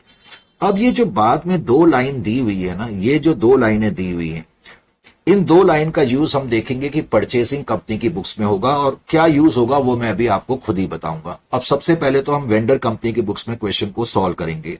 सॉल्व क्या करेंगे, सब कुछ मैंने आपको बता ही दिया है, तो पहले आप देखें। सबसे पहले तो मुझे कैलकुलेशन और परचेज कंसिडरेशन करना है।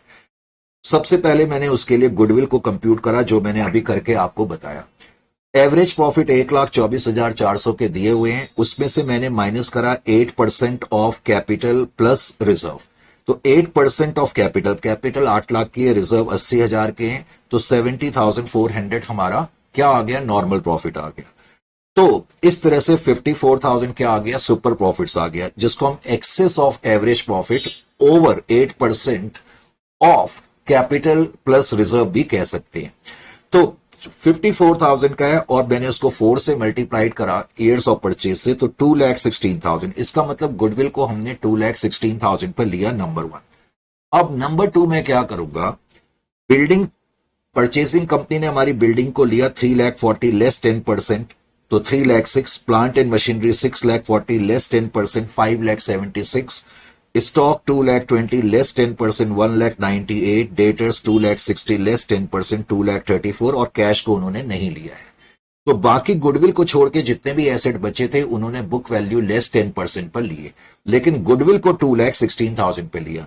अब जो जो एसेट्स लिए उसका मैंने टोटल कर दिया, जैसे कि अभी हमने पिछले क्वेश्चन में करा था।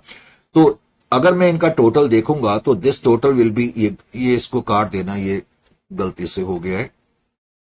तो 15,30,000 आपका टोटल आ जाएगा। इन सबको मैंने टोटल करा तो 15,30,000 एसेट्स का टोटल है।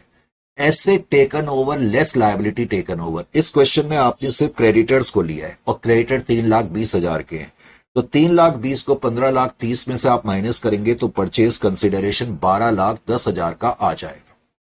अब इस क्वेश्चन में परचेज कंसिडरेशन की रिसीविंग के बारे में क्या लिखा है, उसमें यहां पर लिखा है कि the purchase consideration is to be paid in cash to the extent of 6 lakh. यानी कि जो तुम्हारा 12,10,000 का है उसमें से 6 लाख की पेमेंट तो आपको कैश में मिलेगी। अब जाहिर है कि जो बच गया, यानी कि जो बैलेंसिंग फिगर बच जाएगी, बैलेंसिंग फिगर जो कि बचनी चाहिए कायदे से 6,10,000 की बचनी चाहिए। अब वो कहता है कहां भाग गया, Purchase consideration is to be paid in cash to the extent of 6 lakh and the balance in fully paid shares of 100 each at the rate of 125। पहले तो वर्ड बैलेंस है, इसीलिए हमने नेट एसेट्स मेथड का इस्तेमाल करा purchase consideration compute करने के लिए। परचेज कंसिडरेशन फाइंड करने के बाद हमें पता लग गया कि जो 12,10,000 हैं, उस 12,10,000 में से कैश में इतना मिल रहा है और इक्विटी शेयर्स में इतना मिल रहा है।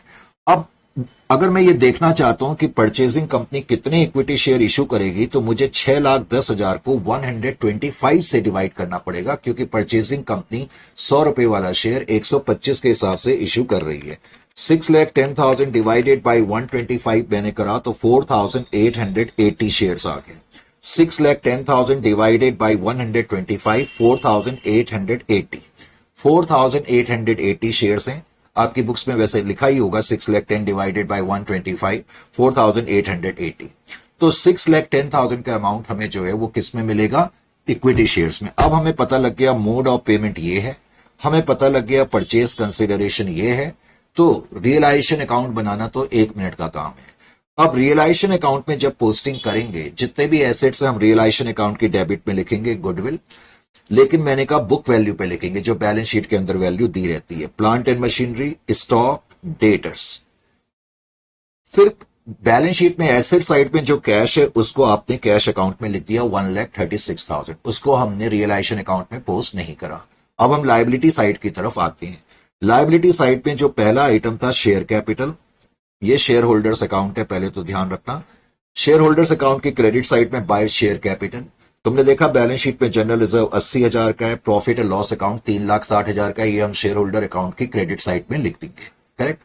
उसके बाद फिर हमने देखा था कि इसमें कुछ लायबिलिटीज थी, 3 लायबिलिटीज थी।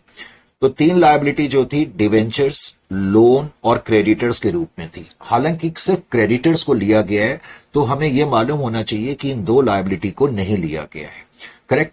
उसके अलावा एक चीज का आपको और ध्यान रखना पड़ेगा, जब मैं एसेट साइड की बात कर रहा था तो एसेट साइड में इस क्वेश्चन में मिसलेनियस एक्सपेंडिचर भी थे और जो मिसलेनियस एक्सपेंडिचर होंगे वो शेयर होल्डर अकाउंट की डेबिट में आप लिख करके खत्म कर देंगे। बैलेंस शीट के आइटम को पोस्ट करना कोई मुश्किल काम नहीं है, अब आपको ये अच्छी तरह से आ गया है। अब उसके बाद परचेसिंग कंपनी बाई परचेज, पहले तो एंट्री करेंगे मनी मन में कि परचेसिंग कंपनी टू रियलाइजेशन, तो उस एंट्री की बिना पर मैं रियलाइजेशन अकाउंट की क्रेडिट पे लिखूंगा बाई परचेसिंग कंपनी, और परचेसिंग कंपनी के अकाउंट में इसकी क्रॉस एंट्री में कर दूंगा। परचेसिंग कंपनी के अकाउंट की डेबिट साइड पे मैंने लिख दिया टू रियलाइजेशन। उसके बाद फिर हमें कैश मिला 6 लाख का, और shares in purchasing company account मिला, ये 6,10,000 है। वो आपके नोट्स में आपको जो मैंने बुक सप्लाई करी होगी उसमें 6,10,000 ही होगा। Is it clear to you? अब जो हिस्सा हमें कैश में मिला, मैंने कहा उसको तो मैं कैश अकाउंट में ले जाऊंगा, यानी कि ये जो मुझे 6 लाख रुपीस मिले हैं, ये 6 लाख मैंने कैश अकाउंट में पोस्ट कर दिए, करेक्ट। और कैश को छोड़ के किसी भी रूप में पेमेंट मिले, अब मैं कई बार कह चुका हूं कि वो मैं शेयर होल्डर्स अकाउंट में लिखूंगा। तो शेयर होल्डर्स अकाउंट में आपने लिखा 6,10,000, shares in purchasing company 6,10,000, correct. यहां तक कोई प्रॉब्लम नहीं। अब इस क्वेश्चन में नेक्स्ट क्वेश्चन मैंने ये करा, जब परचेज कंसिडरेशन का काम पूरा हो जाता है तो फिर हम अपने आप से एक क्वेश्चन करते हैं कि क्या कोई ऐसा एसेट है जिसको नहीं लिया गया है। सर, क्या इस क्वेश्चन में कोई ऐसा एसेट है जिसको नहीं लिया गया है? इस क्वेश्चन में गुडविल को भी लिया गया है, बिल्डिंग को भी, प्लांट एंड मशीनरी को भी, स्टॉक को भी, डेटर्स को भी, जितने भी एसेट्स है सारे लिए गए हैं। तो अब हम देखेंगे क्या कोई ऐसी लायबिलिटी है जिसको नहीं ली गई है। राइट, 3 में से 2 लायबिलिटी, जैसा कि मैंने कहा, डिवेंचर्स और लोन को नहीं लिया गया है। तो डिवेंचर्स और लोन को पे करने की जिम्मेदारी किसकी होगी? आपकी होगी। तो आप लिखोगे रियलाइजेशन अकाउंट की डेबिट साइड में टू कैश। अब टू कैश आपने लिखा, तो डिवेंचर को आपने पे करा 40,000 रुपए, डिवेंचर्स को आपने पे कर दिए 40,000, लोन का अमाउंट 1,60,000 पे करा, करेक्ट। 40 प्लस 1 62 लाख हो गया, और लिक्विडेशन एक्सपेंसेस को भी आप साथ में ही पे कर दो 16,000 के। एंट्री हो गई realisation account debit to cash, तो टोटल 2,16,000 का अमाउंट आपने पे कर दिया। Is it clear? आपने यहां पर टू कैश लिखा, तो इसको कैश अकाउंट में लिखना मत भूलना। कैश अकाउंट की क्रेडिट साइड में बाय रियलाइजेशन मैंने लिख दिया। अब मैं इस अकाउंट को टैली करूंगा। जब मैं इस अकाउंट को टैली करूंगा, अनफॉर्चुनेटली कहो या फॉर्चुनेटली कहो, इसमें लॉस आ गया 76,000 का। अब जो ये लॉस आ गया, इसको तुम कहां ले जाओगे? शेयर होल्डर अकाउंट की डेबिट पे ले जाओगे 76। उसके बाद आप अपने कैश अकाउंट को टैली करोगे। 136 प्लस 6 लाख 736 माइनस 2,16, तो बैलेंसिंग फिगर 5,20,000 की आ रही है। ये 5,20,000 रुपए आप शेयर होल्डर्स को दे करके उनका अकाउंट चुकता कर दो। शेयर होल्डर्स को आपने पे कर दिया। उसके बाद शेयर होल्डर अकाउंट आप टैली करेंगे तो आपको अपना आंसर मिल जाएगा। अब मैं परचेसिंग कंपनी की बुक्स में आता हूं। परचेसिंग कंपनी की बुक्स में जब मैं एंट्री करूंगा, तो पहली एंट्री तो मुझे क्या करनी है? Business purchase account debit to liquidator. ये amalgamation in the nature of purchase का केस है। क्यों है? रिवाइज्ड वैल्यू क्वेश्चन में दिए हुए हैं, सारे एसेट और लायबिलिटी नहीं लिए गए हैं। इनफैक्ट 2 लायबिलिटी नहीं ली गई थी, कैश को भी नहीं लिया गया है। तो मैंने कहा एक भी कंडीशन वायलेट हो जाती है तो फिर वो परचेज का केस होगा। तो business purchase account debit to ये। अब सेकेंड एंट्री में मैं 2 तरीके से कर सकता हूं। जो जो मैंने एसेट्स लिए उनको मैं अलग अलग करके लिखूं। अब मैं टाइम क्यों वेस्ट करूं जब मैं पहले ही लिख चुका हूं? क्योंकि हमने यहां वर्किंग नोट में ऑलरेडी दिखा दिया है कि हम कौन कौन से एसेट ले रहे हैं। जब हमने परचेज कंसिडरेशन कंप्यूट करा था, हमने गुडविल को लिया है, हमने बिल्डिंग को लिया है, plant and machinery, stock, debtors, ये आइटम हमने लिए हैं। तो मैं चाहूं तो इनको अलग अलग लिख सकता हूं, या डायरेक्टली मैं यहां पर लिख दूंगा सन्ड्री एसेट टेकन ओवर 15,30,000। हमने सिर्फ क्रेडिटर्स को लिया। टू बिजनेस परचेज कोई डिफरेंस नहीं आया, करेक्ट। जनरली हम देखेंगे नेट, जब भी हम परचेज कंसिडरेशन कंप्यूट करेंगे नेट एसेट्स मेथड से, तो सेकेंड एंट्री में डिफरेंस नहीं आएगा। अब लिक्विडेटर को 15,30,000 मुझे पे करने थे। 6 लाख रुपए तो मैं कैश में पे करूंगा। अब यहां पर आपको थोड़ा ठीक करना पड़ेगा। ये 4,880 शेयर है। 4,880 शेयर इंटू 100 करेंगे तो ये आ जाएगा 4,88,000। और बैलेंसिंग फिगर वो ठीक है, बैलेंसिंग फिगर आपकी थोड़ा सा चेंज हो जाएगी। 4,880 इंटू 25, करेक्ट। वो मैं ठीक कर देता हूं। 4,880 into 25 date is equal to 1,22,000। यानी कि जब मैं लिक्विडेटर को पे करूंगा 15,30,000 की मुझे पेमेंट करनी है। कैश में मैंने 6 लाख पे करे। शेयर कैपिटल मैंने पे करी 4,880 इंटू 100, 4,88,000। और to security premium 4,880 shares into 25 1,22,000। Wait, अब इस क्वेश्चन में दो लाइनें और दी थी, मैंने कहा था उसका इंपैक्ट जो है वो परचेसिंग कंपनी की बुक्स में पड़ेगा। क्या लिखा हुआ है? कहता है परचेसिंग कंपनी सोल्ड, कहता है purchasing company sold prior to 31/3/23 goods costing 1,20,000 to vendors for 1,60,000, और कहता है rupees 1,00,000 worth of goods are still in stock of the vendor company. जब भी इस तरीके की लाइन तुम्हें क्वेश्चन में देखने को मिलेगी, करेक्ट, जब भी इस तरह की लाइन तुम्हें क्वेश्चन में देखने को मिलेगी, पहले तो ये लाइन क्या कह रही है मैं इसको बता दूं। वो कह रहा है 31/3/2023 से पहले, यानी कि तुम्हें जो बैलेंस शीट की डेट दी हुई है वो 31/3/2023 की दी है, क्योंकि उस दिन आपने इस कंपनी को टेक ओवर करा है, करेक्ट। लेकिन वो कहते हैं इस तारीख से पहले, इस तारीख से पहले का मतलब है जब परचेजिंग कंपनी अलग कंपनी थी और वो कंपनी अलग कंपनी थी। तो इससे पहले वो कह रहा है परचेसिंग कंपनी जो थी, परचेसिंग कंपनी ने कुछ गुड्स सोल्ड करे थे। जो गुड्स हमने सोल्ड करे थे वो 1,60,000 रुपए में करे वेंडर कंपनी को। परचेसिंग कंपनी ने वेंडर कंपनी को गुड्स सोल्ड करे 1,60,000 के प्राइस पे। हालांकि ये जो गुड्स सोल्ड करे गए, इनकी जो कॉस्ट प्राइस थी वो 1,20,000 की थी, यानी कि 1,20,000 में हमने 40,000 रुपए का प्रॉफिट ऐड करा और 1,60,000 में वेंडर कंपनी को बेच दिया। याद रखें कि इस डेट से पहले ये कंपनी टेक्निकली तुम्हारी वेंडर कंपनी नहीं थी, ये एक अलग कंपनी थी और आप एक अलग कंपनी थे। आप आपस में ट्रेड करते रहे होंगे तो आपने कुछ सामान बेचा होगा। जस्ट वेट अ मिनट, बड़ी देर से मेरी चाय पड़ी हुई थी लेकिन समझाने के चक्कर में भूल ही गया। तो खैर, परचेजिंग कंपनी ने 1,60,000 रुपीज का सामान आपको बेचा, कोई प्रॉब्लम नहीं है। अगर सिर्फ इतने तक दिया होता तब भी कोई प्रॉब्लम नहीं थी, फिर भी आपको कुछ नहीं करना था। परचेसिंग कंपनी ने एब्जॉर्प्शन से पहले कुछ सामान वेंडर कंपनी को बेचा। अब वो क्या कह रहा है कि जो सामान हमने बेचा था, याद रखें परचेसिंग कंपनी के पॉइंट ऑफ व्यू से ये सेलिंग प्राइस है, क्योंकि रियल कॉस्ट प्राइस तो इतनी है ना 1,20,000, परचेसिंग कंपनी ने इतने में बेचा, लेकिन वेंडर कंपनी ने तो इतने में खरीदा है ना, तो वेंडर कंपनी के लिए तो ये कॉस्ट प्राइस है, क्योंकि वेंडर कंपनी तो यही सोचेगी हमने अपनी जेब से 1,60,000 रुपए लगाए हैं तो हमारे लिए तो ये कॉस्ट प्राइस है। वेंडर कंपनी को थोड़ी मालूम है कि परचेसिंग कंपनी ने कितना प्रॉफिट कमाया है। तो 1,60,000 का सामान वेंडर कंपनी ने खरीदा। अब वो क्या कह रहे हैं कि ये जो सामान खरीदा था इसमें से 1,00,000 रुपए का सामान अभी भी बचा हुआ है, 1,00,000 का सामान बचा हुआ है। तो ध्यान क्या रखना है आपने, अगर कभी इस तरह की लाइन तुम्हें दी होगी कि परचेजिंग कंपनी ने वेंडर कंपनी को सामान बेचा, या उल्टा भी हो सकता है वेंडर कंपनी ने परचेजिंग कंपनी को सामान बेचा, कुछ भी दिया हो, उससे कोई फर्क नहीं पड़ता किसने किसको बेचा है। तो जो सामान बेचा है उससे कोई प्रॉब्लम नहीं है। प्रॉब्लम तब आएगी अगर उस बेचे हुए सामान में से कुछ सामान अभी भी बचा हुआ है। अभी भी बचा हुआ है का मतलब जब मैं आपको टेक ओवर कर रहा हूं, यानी कि जो ये बैलेंस शीट की डेट हमें दी हुई है इस क्वेश्चन में, ये 31/3/2023 है और ये वेंडर कंपनी की बैलेंस शीट है। तो वेंडर कंपनी की बैलेंस शीट के अंदर प्रॉब्लम क्या है कि जो इन्वेंट्री है या स्टॉक है जो आप देख रहे हो यहां पर, ये इन्वेंट्री या स्टॉक की फिगर जो दी हुई है 2,20,000, वो कह रहे हैं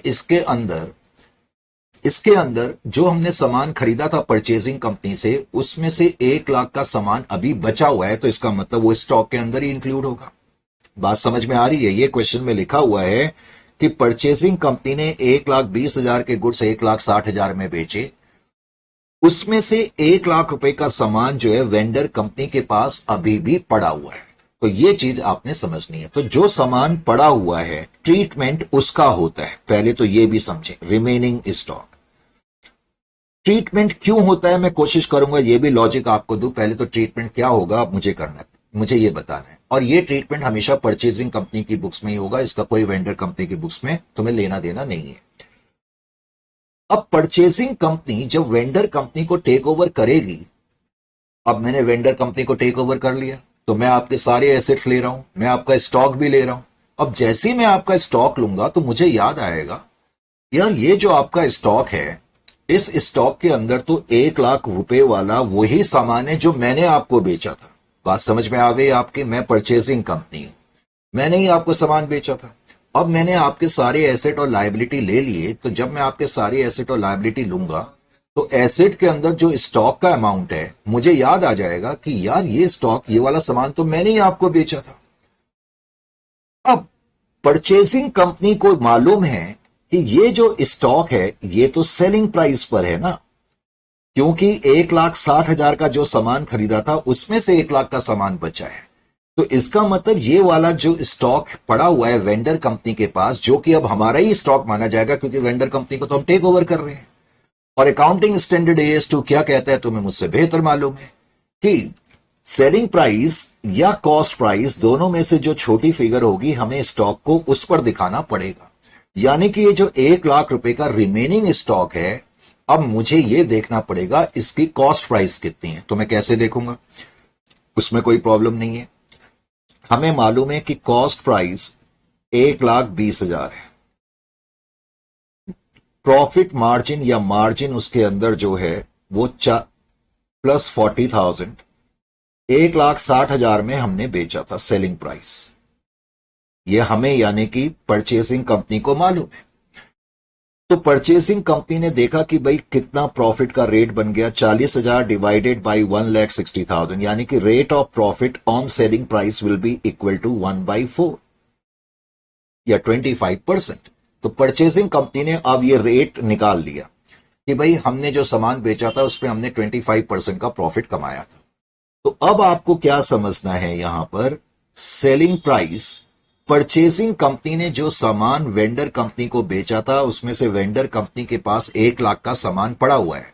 अब प्रॉब्लम क्या है कि वेंडर कंपनी का ये स्टॉक हम ले रहे हैं, अब ये स्टॉक हम वापस ले रहे हैं। तो जब मैं स्टॉक लूंगा तो मुझे ये पता लग जाएगा कि इसकी सेलिंग प्राइस जो कि वेंडर कंपनी 1 लाख सोच रही है, दरअसल 1 लाख नहीं है इसकी, तो सॉरी, वेंडर कंपनी इसकी कॉस्ट प्राइस 1 लाख सोच रही है, करेक्ट, लेकिन ये सामान हमने बेचा था, हमें मालूम है कि ये सेलिंग प्राइस है। तो अब इसकी रियल कॉस्ट प्राइस देखने के लिए मैं क्या करूंगा, इसका 1/4 निकाल लूंगा। इसका 1/4 कितना आ जाएगा, 25,000। यानी कि ये जो 1 लाख है इसको प्रॉपर वैल्यू पे लाने के लिए मुझे इसमें से 25,000 का अमाउंट माइनस करना पड़ेगा। 25,000 का अमाउंट मुझे माइनस करना पड़ेगा। Are you getting my point और नॉट? तो मैंने कहा इसका यूज परचेसिंग कंपनी की बुक्स में होगा। और परचेसिंग कंपनी की बुक्स में मैं क्या करूंगा कि 25,000 रुपीज का अमाउंट जो है इस स्टॉक को, यानी कि ये जो स्टॉक 1 लाख रुपए का है, बचा हुआ स्टॉक, जिसको कि वेंडर कंपनी सोच रही थी कि ये कॉस्ट प्राइस है क्योंकि उन्हें 1,60,000 में खरीदा था, दरअसल उनको नहीं पता था कि ये सेलिंग प्राइस पर है, पर हमें तो पता है ना ये सेलिंग प्राइस पर है। इसका 1/4 मैंने माइनस करा, तो 1/4 माइनस करा तो मुझे ये पता लग गया कि इसकी कॉस्ट प्राइस 75,000 है। इंपॉर्टेंट पॉइंट ये है कि इसके अंदर ये जो 1 लाख का स्टॉक है इसके अंदर 25,000 रुपए का अनरियलाइज्ड प्रॉफिट है। इसी को हम बोलते हैं अनरियलाइज्ड प्रॉफिट। इसका मतलब ये प्रॉफिट रियलाइज नहीं हुआ। हुआ क्या, जब परचेजिंग कंपनी ने सामान बेचा था 1,20,000 का 1,60,000 में, तो उस वक्त जो 40,000 का प्रॉफिट हुआ होगा परचेजिंग कंपनी ने अपने P&L में क्रेडिट कर लिया होगा। लेकिन बिकॉज उस बेचे हुए सामान में से कुछ सामान बच गया है और वो सामान अब हमारा ही माना जा रहा है, तो इसका मतलब उस बचे हुए सामान के अंदर जो प्रॉफिट मार्जिन है वो प्रॉफिट हमारा रियलाइज नहीं हुआ। तो वैसे तो मुझे एंट्री क्या करनी चाहिए, अब ये परचेसिंग कंपनी को लॉजिकली एंट्री क्या करनी चाहिए, एक तो उनको अपने प्रॉफिट को कम करना चाहिए 25,000 से, लॉजिकली 25,000 से कम करना चाहिए, और स्टॉक को भी हमें कम करना पड़ेगा 25,000 से। स्टॉक को क्यों कम करना पड़ेगा, ताकि जो 1 लाख का छुपा हुआ स्टॉक है उसके अंदर से 25,000 कम हो जाए और वो अपनी प्रॉपर प्राइस पर आ जाए। और हम P&L को क्यों डेबिट कर रहे हैं, क्योंकि जब हमने सामान बेचा था सारा प्रॉफिट क्रेडिट कर लिया था, हमें पता लगा भी 25,000 का प्रॉफिट तो रियलाइज ही नहीं हुआ है। वैसे तो ये एंट्री होनी चाहिए, पहले तो ये समझने की कोशिश करें। लेकिन इस क्वेश्चन में अगर तुम बिल्कुल हाई क्वालिटी स्टैंडर्ड सॉल्यूशन करना चाहते हो और कोई भी चांस एग्जामिनर को नहीं देना चाहते, 99% क्या होता है, लोग सीधा ये एंट्री करके छोड़ देंगे। लेकिन इस क्वेश्चन में थोड़ा सा हमें अलर्ट रहना पड़ेगा। दरअसल 25,000 का वैसे तो अनरियलाइज प्रॉफिट है, लेकिन इस क्वेश्चन में अनरियलाइज प्रॉफिट 25,000 नहीं माना जाएगा। क्यों नहीं माना जाएगा? अब आप ध्यान से देखें कि जो तुम्हारा क्या नाम है, कहां भाग गया, जस्ट वेट एक मिनट के लिए।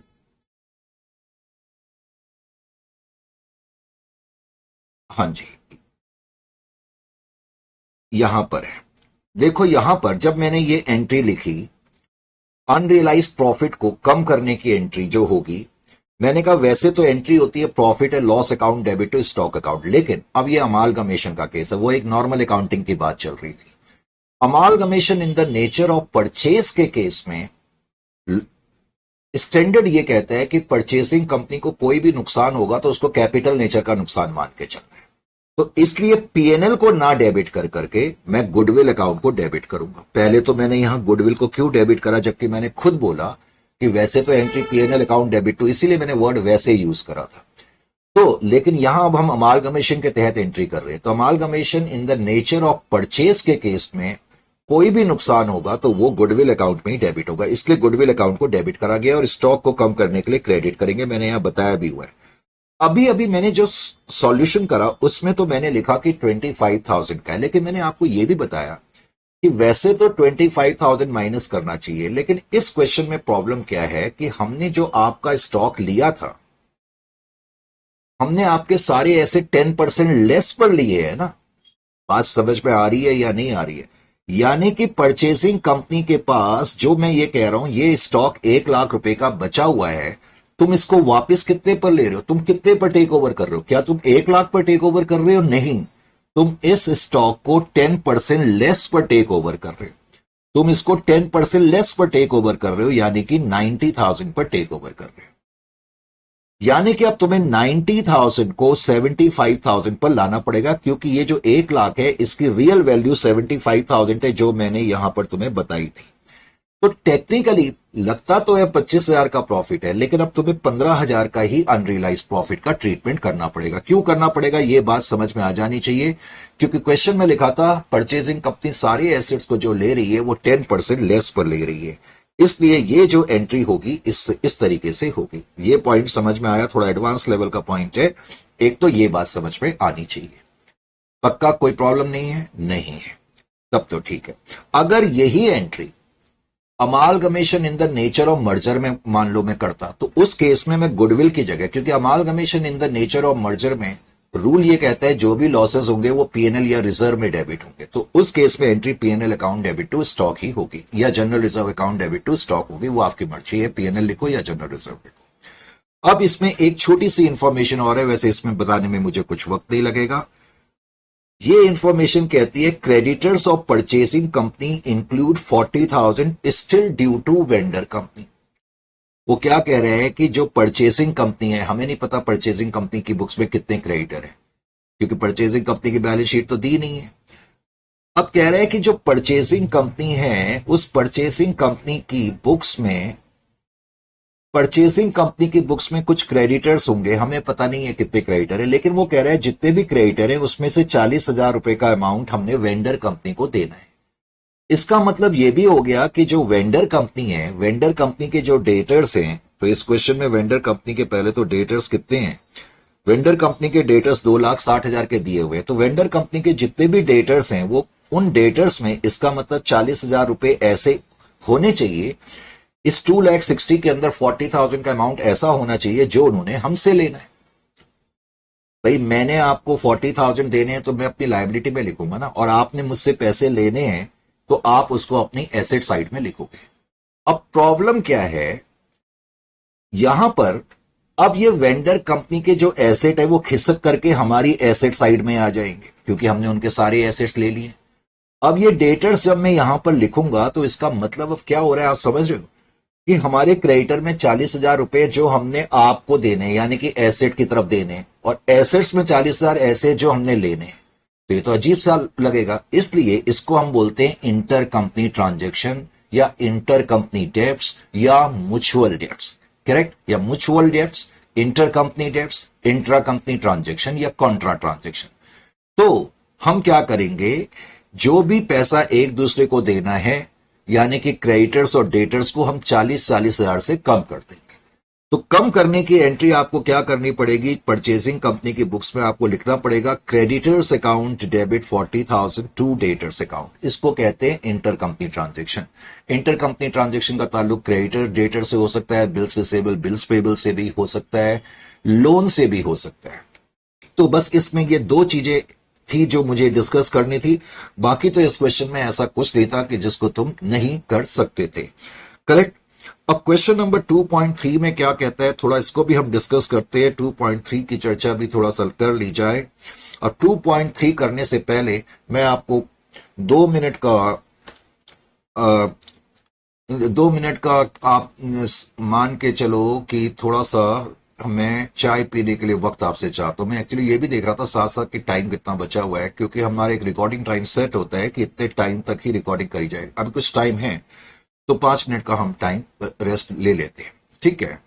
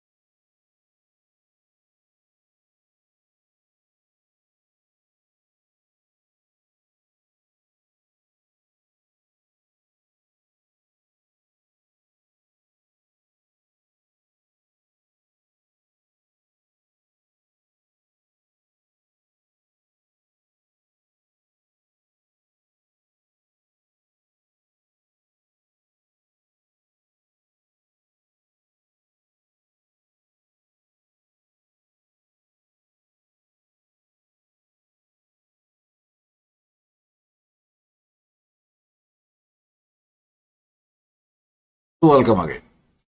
तो बेटे 2.3 की थोड़ी सी चर्चा कर लेते हैं। वैसे ये क्वेश्चन को आप खुद ट्राई करने की कोशिश करना। कहता है financial position of the two companies H limited and V limited as on 31/3/2023 was as under. Correct. पहले तो ये चीज का ध्यान रखना है। फिर क्वेश्चन में आगे तुम्हें लिखा हुआ है कि जो एच लिमिटेड नाम की कंपनी है, अब की बार ये पहला क्वेश्चन है जिसपे कि हम देखेंगे कि एच लिमिटेड और वी लिमिटेड दोनों की बैलेंस शीट हमें क्वेश्चन में दी और बाद में हम देखेंगे एच लिमिटेड वी लिमिटेड को टेक ओवर कर रही है। वी लिमिटेड की शेयर कैपिटल 3 लाख की है। हमें खास तौर से वी लिमिटेड का ख्याल करना है। जो एच लिमिटेड है उसकी प्रेफरेंस शेयर कैपिटल है, लेकिन वी लिमिटेड की कोई preference share capital 9% preference share नहीं है, लेकिन 10% प्रेफरेंस शेयर कैपिटल दी हुई है। पहले मुझे लगा कि शायद इनकी प्रेफरेंस शेयर कैपिटल नहीं है। इनकी 9% प्रेफरेंस शेयर है, इनकी 10% प्रेफरेंस शेयर कैपिटल है। फिर इस क्वेश्चन में इनके जनरल रिजर्व भी दिया हुआ है। उसके अलावा रिटायरमेंट, ग्रेचुइटी फंड और ट्रेड पेबल्स। आपको ध्यान ये रखना है कि रिटायरमेंट, ग्रेचुइटी फंड और ट्रेड पेबल ये दो लायबिलिटीज हैं। जनरल रिजर्व तो आप शेयर होल्डर अकाउंट में क्रेडिट साइड पे लिख करके क्लोज कर देंगे। उसके अलावा एसेट्स दिए हुए हैं, बिल्डिंग है, मशीनरी है, गुडविल है, इन्वेंट्री है, ट्रेड रिसीवेबल है, कैश एट बैंक है। अभी तक तो कोई प्रॉब्लम की बात नहीं है।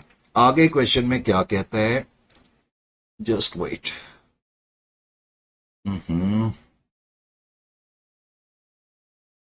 अब कहता है 10% preference share holder are to be paid at 10% premium of 9% preference shares of H limited. इस लाइन का क्या मतलब हुआ? इसका मतलब हो गया कि जो वेंडर कंपनी है, वेंडर कंपनी के प्रेफरेंस शेयर कितने हैं? पहले तो वेंडर कंपनी के अब की बार 2 ओनर हैं। याद रखें कि परचेजिंग कंपनी जो पेमेंट देती है, परचेज कंसिडरेशन जो देती है, वो ओनर्स के पास ही जाती है। तो वो कह रहा है कि जो एच लिमिटेड है अब की बार जो पेमेंट करेगी वेंडर कंपनी के जो प्रेफरेंस शेयर्स हैं, आपने देखा वेंडर कंपनी के प्रेफरेंस शेयर कितने के हैं? 10% के। कहता है इनको 10% प्रीमियम पर पे करा जाएगा, यानी कि 1 लाख का 10% में निकालूं तो 10,000 हो जाएगा, यानी कि 1,10,000 रुपए की पेमेंट इनको करी जाएगी। लेकिन परचेजिंग कंपनी इनको जो 1,10,000 रुपए देगी उसके लिए अपनी कंपनी के 9% प्रेफरेंस शेयर कैपिटल इश्यू करेगी। यानी कि जो वेंडर कंपनी के प्रेफरेंस शेयर होल्डर हैं उनको 1,10,000 रुपए का अमाउंट दिया जा रहा है प्रेफरेंस शेयर्स के थ्रू परचेजिंग कंपनी के द्वारा। परचेजिंग कंपनी 1,10,000 की पेमेंट जो है प्रेफरेंस शेयर्स में कर रही है। अभी तक हमें यह पता लगा। अब इस क्वेश्चन में आगे क्या लिखा हुआ है? कहता है जो वेंडर कंपनी है उसकी जो गुडविल है वो 50,000 पर वैल्यू करी गई, बिल्डिंग को 1,50,000 पे वैल्यू करा गया, मशीनरी को 1,60,000 पे वैल्यू करा गया। करेक्ट। ये नहीं लिखा है कौन से एसेट लिए गए हैं, लेकिन ये लिखा है कि गुडविल को हमने 50,000 पे वैल्यू करा, बिल्डिंग को 1,50,000 पे करा, इसको 1,60,000 पे करा। अगर क्वेश्चन में स्पेसिफिकली ना लिखा हो कि कौन से एसेट लिए गए हैं, कौन सी लायबिलिटी ली गई है, तो हम यही मान के चलेंगे सारे एसेट और लायबिलिटी ली गई है। अब जितने भी, क्योंकि सारे ही एसेट लिए गए हैं, इसका मतलब इस क्वेश्चन में अभी तक की जो इन्फॉर्मेशन है, लेकिन उन एसेट्स में गुडविल को इस वैल्यू पे लिया, बिल्डिंग को इस पे लिया, मशीनरी को 1,60,000 पे लिया है। अब कहते हैं इन्वेंट्री को जो टेक ओवर करा गया वो 10% लेस बुक वैल्यू पे करा गया, और कहता है हमने एक प्रोविजन फॉर डाउटफुल डेट्स भी क्रिएट करा डेटर्स के खिलाफ 7.5% का। इसका मतलब डेटर्स को 7.5% लेस पर लिया गया। अब इस क्वेश्चन में बड़ी इंटरेस्टिंग सी एक लाइन लिखी है कि equity share holder of V limited will be issued equity share at the rate of 5%। अब यहां पर बच्चे एक गलती क्या कर सकते हैं, वो ये सोचेंगे कि भाई वी लिमिटेड के जो इक्विटी शेयर होल्डर्स है वो 3 लाख के हैं, और इस लाइन को पढ़ करके उनके दिमाग में ये बात आ सकती है कि जो वी लिमिटेड के शेयर होल्डर है उनको परचेसिंग कंपनी ने पे करा 5% प्रीमियम पर, तो वो गलती से क्या कर सकते हैं, 3 लाख का 5% कंप्यूट कर लेंगे और वो सोचेंगे कि परचेसिंग कंपनी 3,15,000 के इक्विटी शेयर्स दे रही है। ये गलती आपने नहीं करनी है, क्योंकि इसमें और इसमें कोई डिफरेंस नहीं है। जैसे कि क्वेश्चन में लिखा था कि वेंडर कंपनी के जो प्रेफरेंस शेयर है उनको 10% प्रीमियम पर पे करा गया परचेजिंग कंपनी के द्वारा, और परचेजिंग कंपनी ने 9% प्रेफरेंस शेयर इश्यू करे। तो ये तो ठीक है, लेकिन फिर ये क्यों गलत है जबकि दोनों की इंफॉर्मेशन में कोई डिफरेंस नहीं है? वो इसलिए क्योंकि इक्विटी शेयर होल्डर को जो पेमेंट मिलती है, याद रखो सारी एसेट और लायबिलिटी को पे करने के बाद जो बच जाता है वही इक्विटी शेयर होल्डर के हाथ में आता है।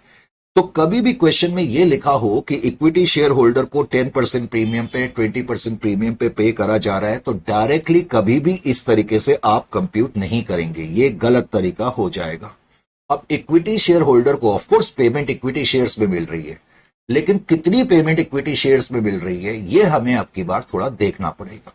Is it clear to you? तो कैसे देखेंगे, ये देखने के लिए ही मैंने ये क्वेश्चन तुम्हें कराना है। बाकी इस क्वेश्चन में और कुछ नहीं है। इस क्वेश्चन में ये भी कहता है कि prepare ledger account in the books of V limited and show the acquisition entry in the books of H limited. और अब की बार एक नई चीज ऐड कर दी कि आप एक बैलेंस शीट भी बनाओ। मुश्किल कुछ नहीं है। सबसे पहले आप क्या क्या करेंगे, सारे एसेट्स जिस वैल्यू पे लिए गए, गुडविल को 50,000 पे लिया गया है, बिल्डिंग को 1,50,000 पे लिया गया है, करेक्ट। उसके अलावा मशीनरी को जो लिया गया है, मशीनरी को 1,60,000 पे लिया गया है, मशीनरी को 1,57,500 पे लिया गया, सॉरी। इन्वेंट्री को उन्होंने जो लिया था 10% लेस करके लिया है, तो ये 10% लेस करके फिगर आई है। ट्रेड रिसेबल को वो कहते हैं कि हमने लिया तो है। अब ट्रेड रिसेबल को जो लिया है वो कहता है ट्रेड रिसेबल का जो अमाउंट आ रहा है 92,500। पहले मैं देखूं ट्रेड रिसेबल कितने के हैं। अब ट्रेड रिसेबल 1 लाख के है, तो 1 लाख का पहले मैं 7.5% कंप्यूट करूंगा, क्योंकि उनको 7.5% लेस पर लिया गया है, तो 92,500 आ जाएगा। तो 92,500 इस क्वेश्चन में कैश एट बैंक को भी लिया हुआ माना जाएगा। कैश एट बैंक 20,000 पर, वो इसलिए क्योंकि इस क्वेश्चन में दिया नहीं है कौन से एसेट लिए गए हैं, कौन सी लायबिलिटी ली गई है, तो आप यही मान के चलेंगे कि सारे एसेट और सारी लायबिलिटी को लिया गया है। तो इसका मतलब जितने भी एसेट है उनको 6,30,000 पर तुमने लिया है। पहले तो ये चीज आपको समझनी है। 6,30,000 पे सारे एसेट्स लिए गए हैं। अब जो लायबिलिटी है, 2 लायबिलिटी है। लायबिलिटीज के बारे में भी लिखा नहीं है कौन सी लायबिलिटी ली जा रही है या कौन सी लायबिलिटी नहीं ली जा रही, तो आप ये मान के चलेंगे दोनों लायबिलिटी ली जा रही है। जब क्वेश्चन में कुछ लिखा नहीं होगा कि कौन से एसेट या कौन सी लायबिलिटी ली जा रही है, तो हमेशा ये मान के चलना है सारे एसेट और लायबिलिटी ली जा रही है। तो 2 लायबिलिटी है 20 और 80, ये माइनस करने के बाद आपका परचेज कंसिडरेशन 5,30,000 आ गया, जो कि कोई मुश्किल काम नहीं है। अब आप क्या मान के चलेंगे कि 5,30,000 में से प्रेफरेंस शेयर होल्डर के लिए 1,10,000 रुपए मिल रहे हैं, जो कि मैंने आपको शुरू में बताया था। यानी कि जो 5,30,000 का total purchase consideration purchasing company ने देना है, उसमें से 1,10,000 की पेमेंट तो purchasing company preference share holders को देगी। Is it clear to you? Preference share holder को 1,10,000 की पेमेंट मिलेगी इस क्वेश्चन में। Is it clear to you? और ये हमने कैसे निकाला, ये मैंने शुरू में ही निकाल दिया था कि वेंडर कंपनी के प्रेफरेंस शेयर जो हैं वो 1 लाख के हैं। वेंडर कंपनी के जो 1 लाख के प्रेफरेंस शेयर हैं उनको 10% प्रीमियम पे परचेसिंग कंपनी ने पे करा, और पे करने के लिए परचेसिंग कंपनी ने अपनी कंपनी के 9% प्रेफरेंस शेयर दिए। लेकिन इक्विटी शेयर होल्डर्स के केस में आपने कुछ नहीं करना है। तो इक्विटी शेयर होल्डर को कितनी पेमेंट मिलेगी? 5,30,000 की कुल पेमेंट परचेसिंग कंपनी ने करनी थी, उसमें से 1,10,000 की पेमेंट परचेसिंग कंपनी क्या कर रही है? प्रेफरेंस शेयर्स के थ्रू कर रही है। तो अब मैं 5,30,000 में से 1,10,000 पहले तो माइनस करूंगा।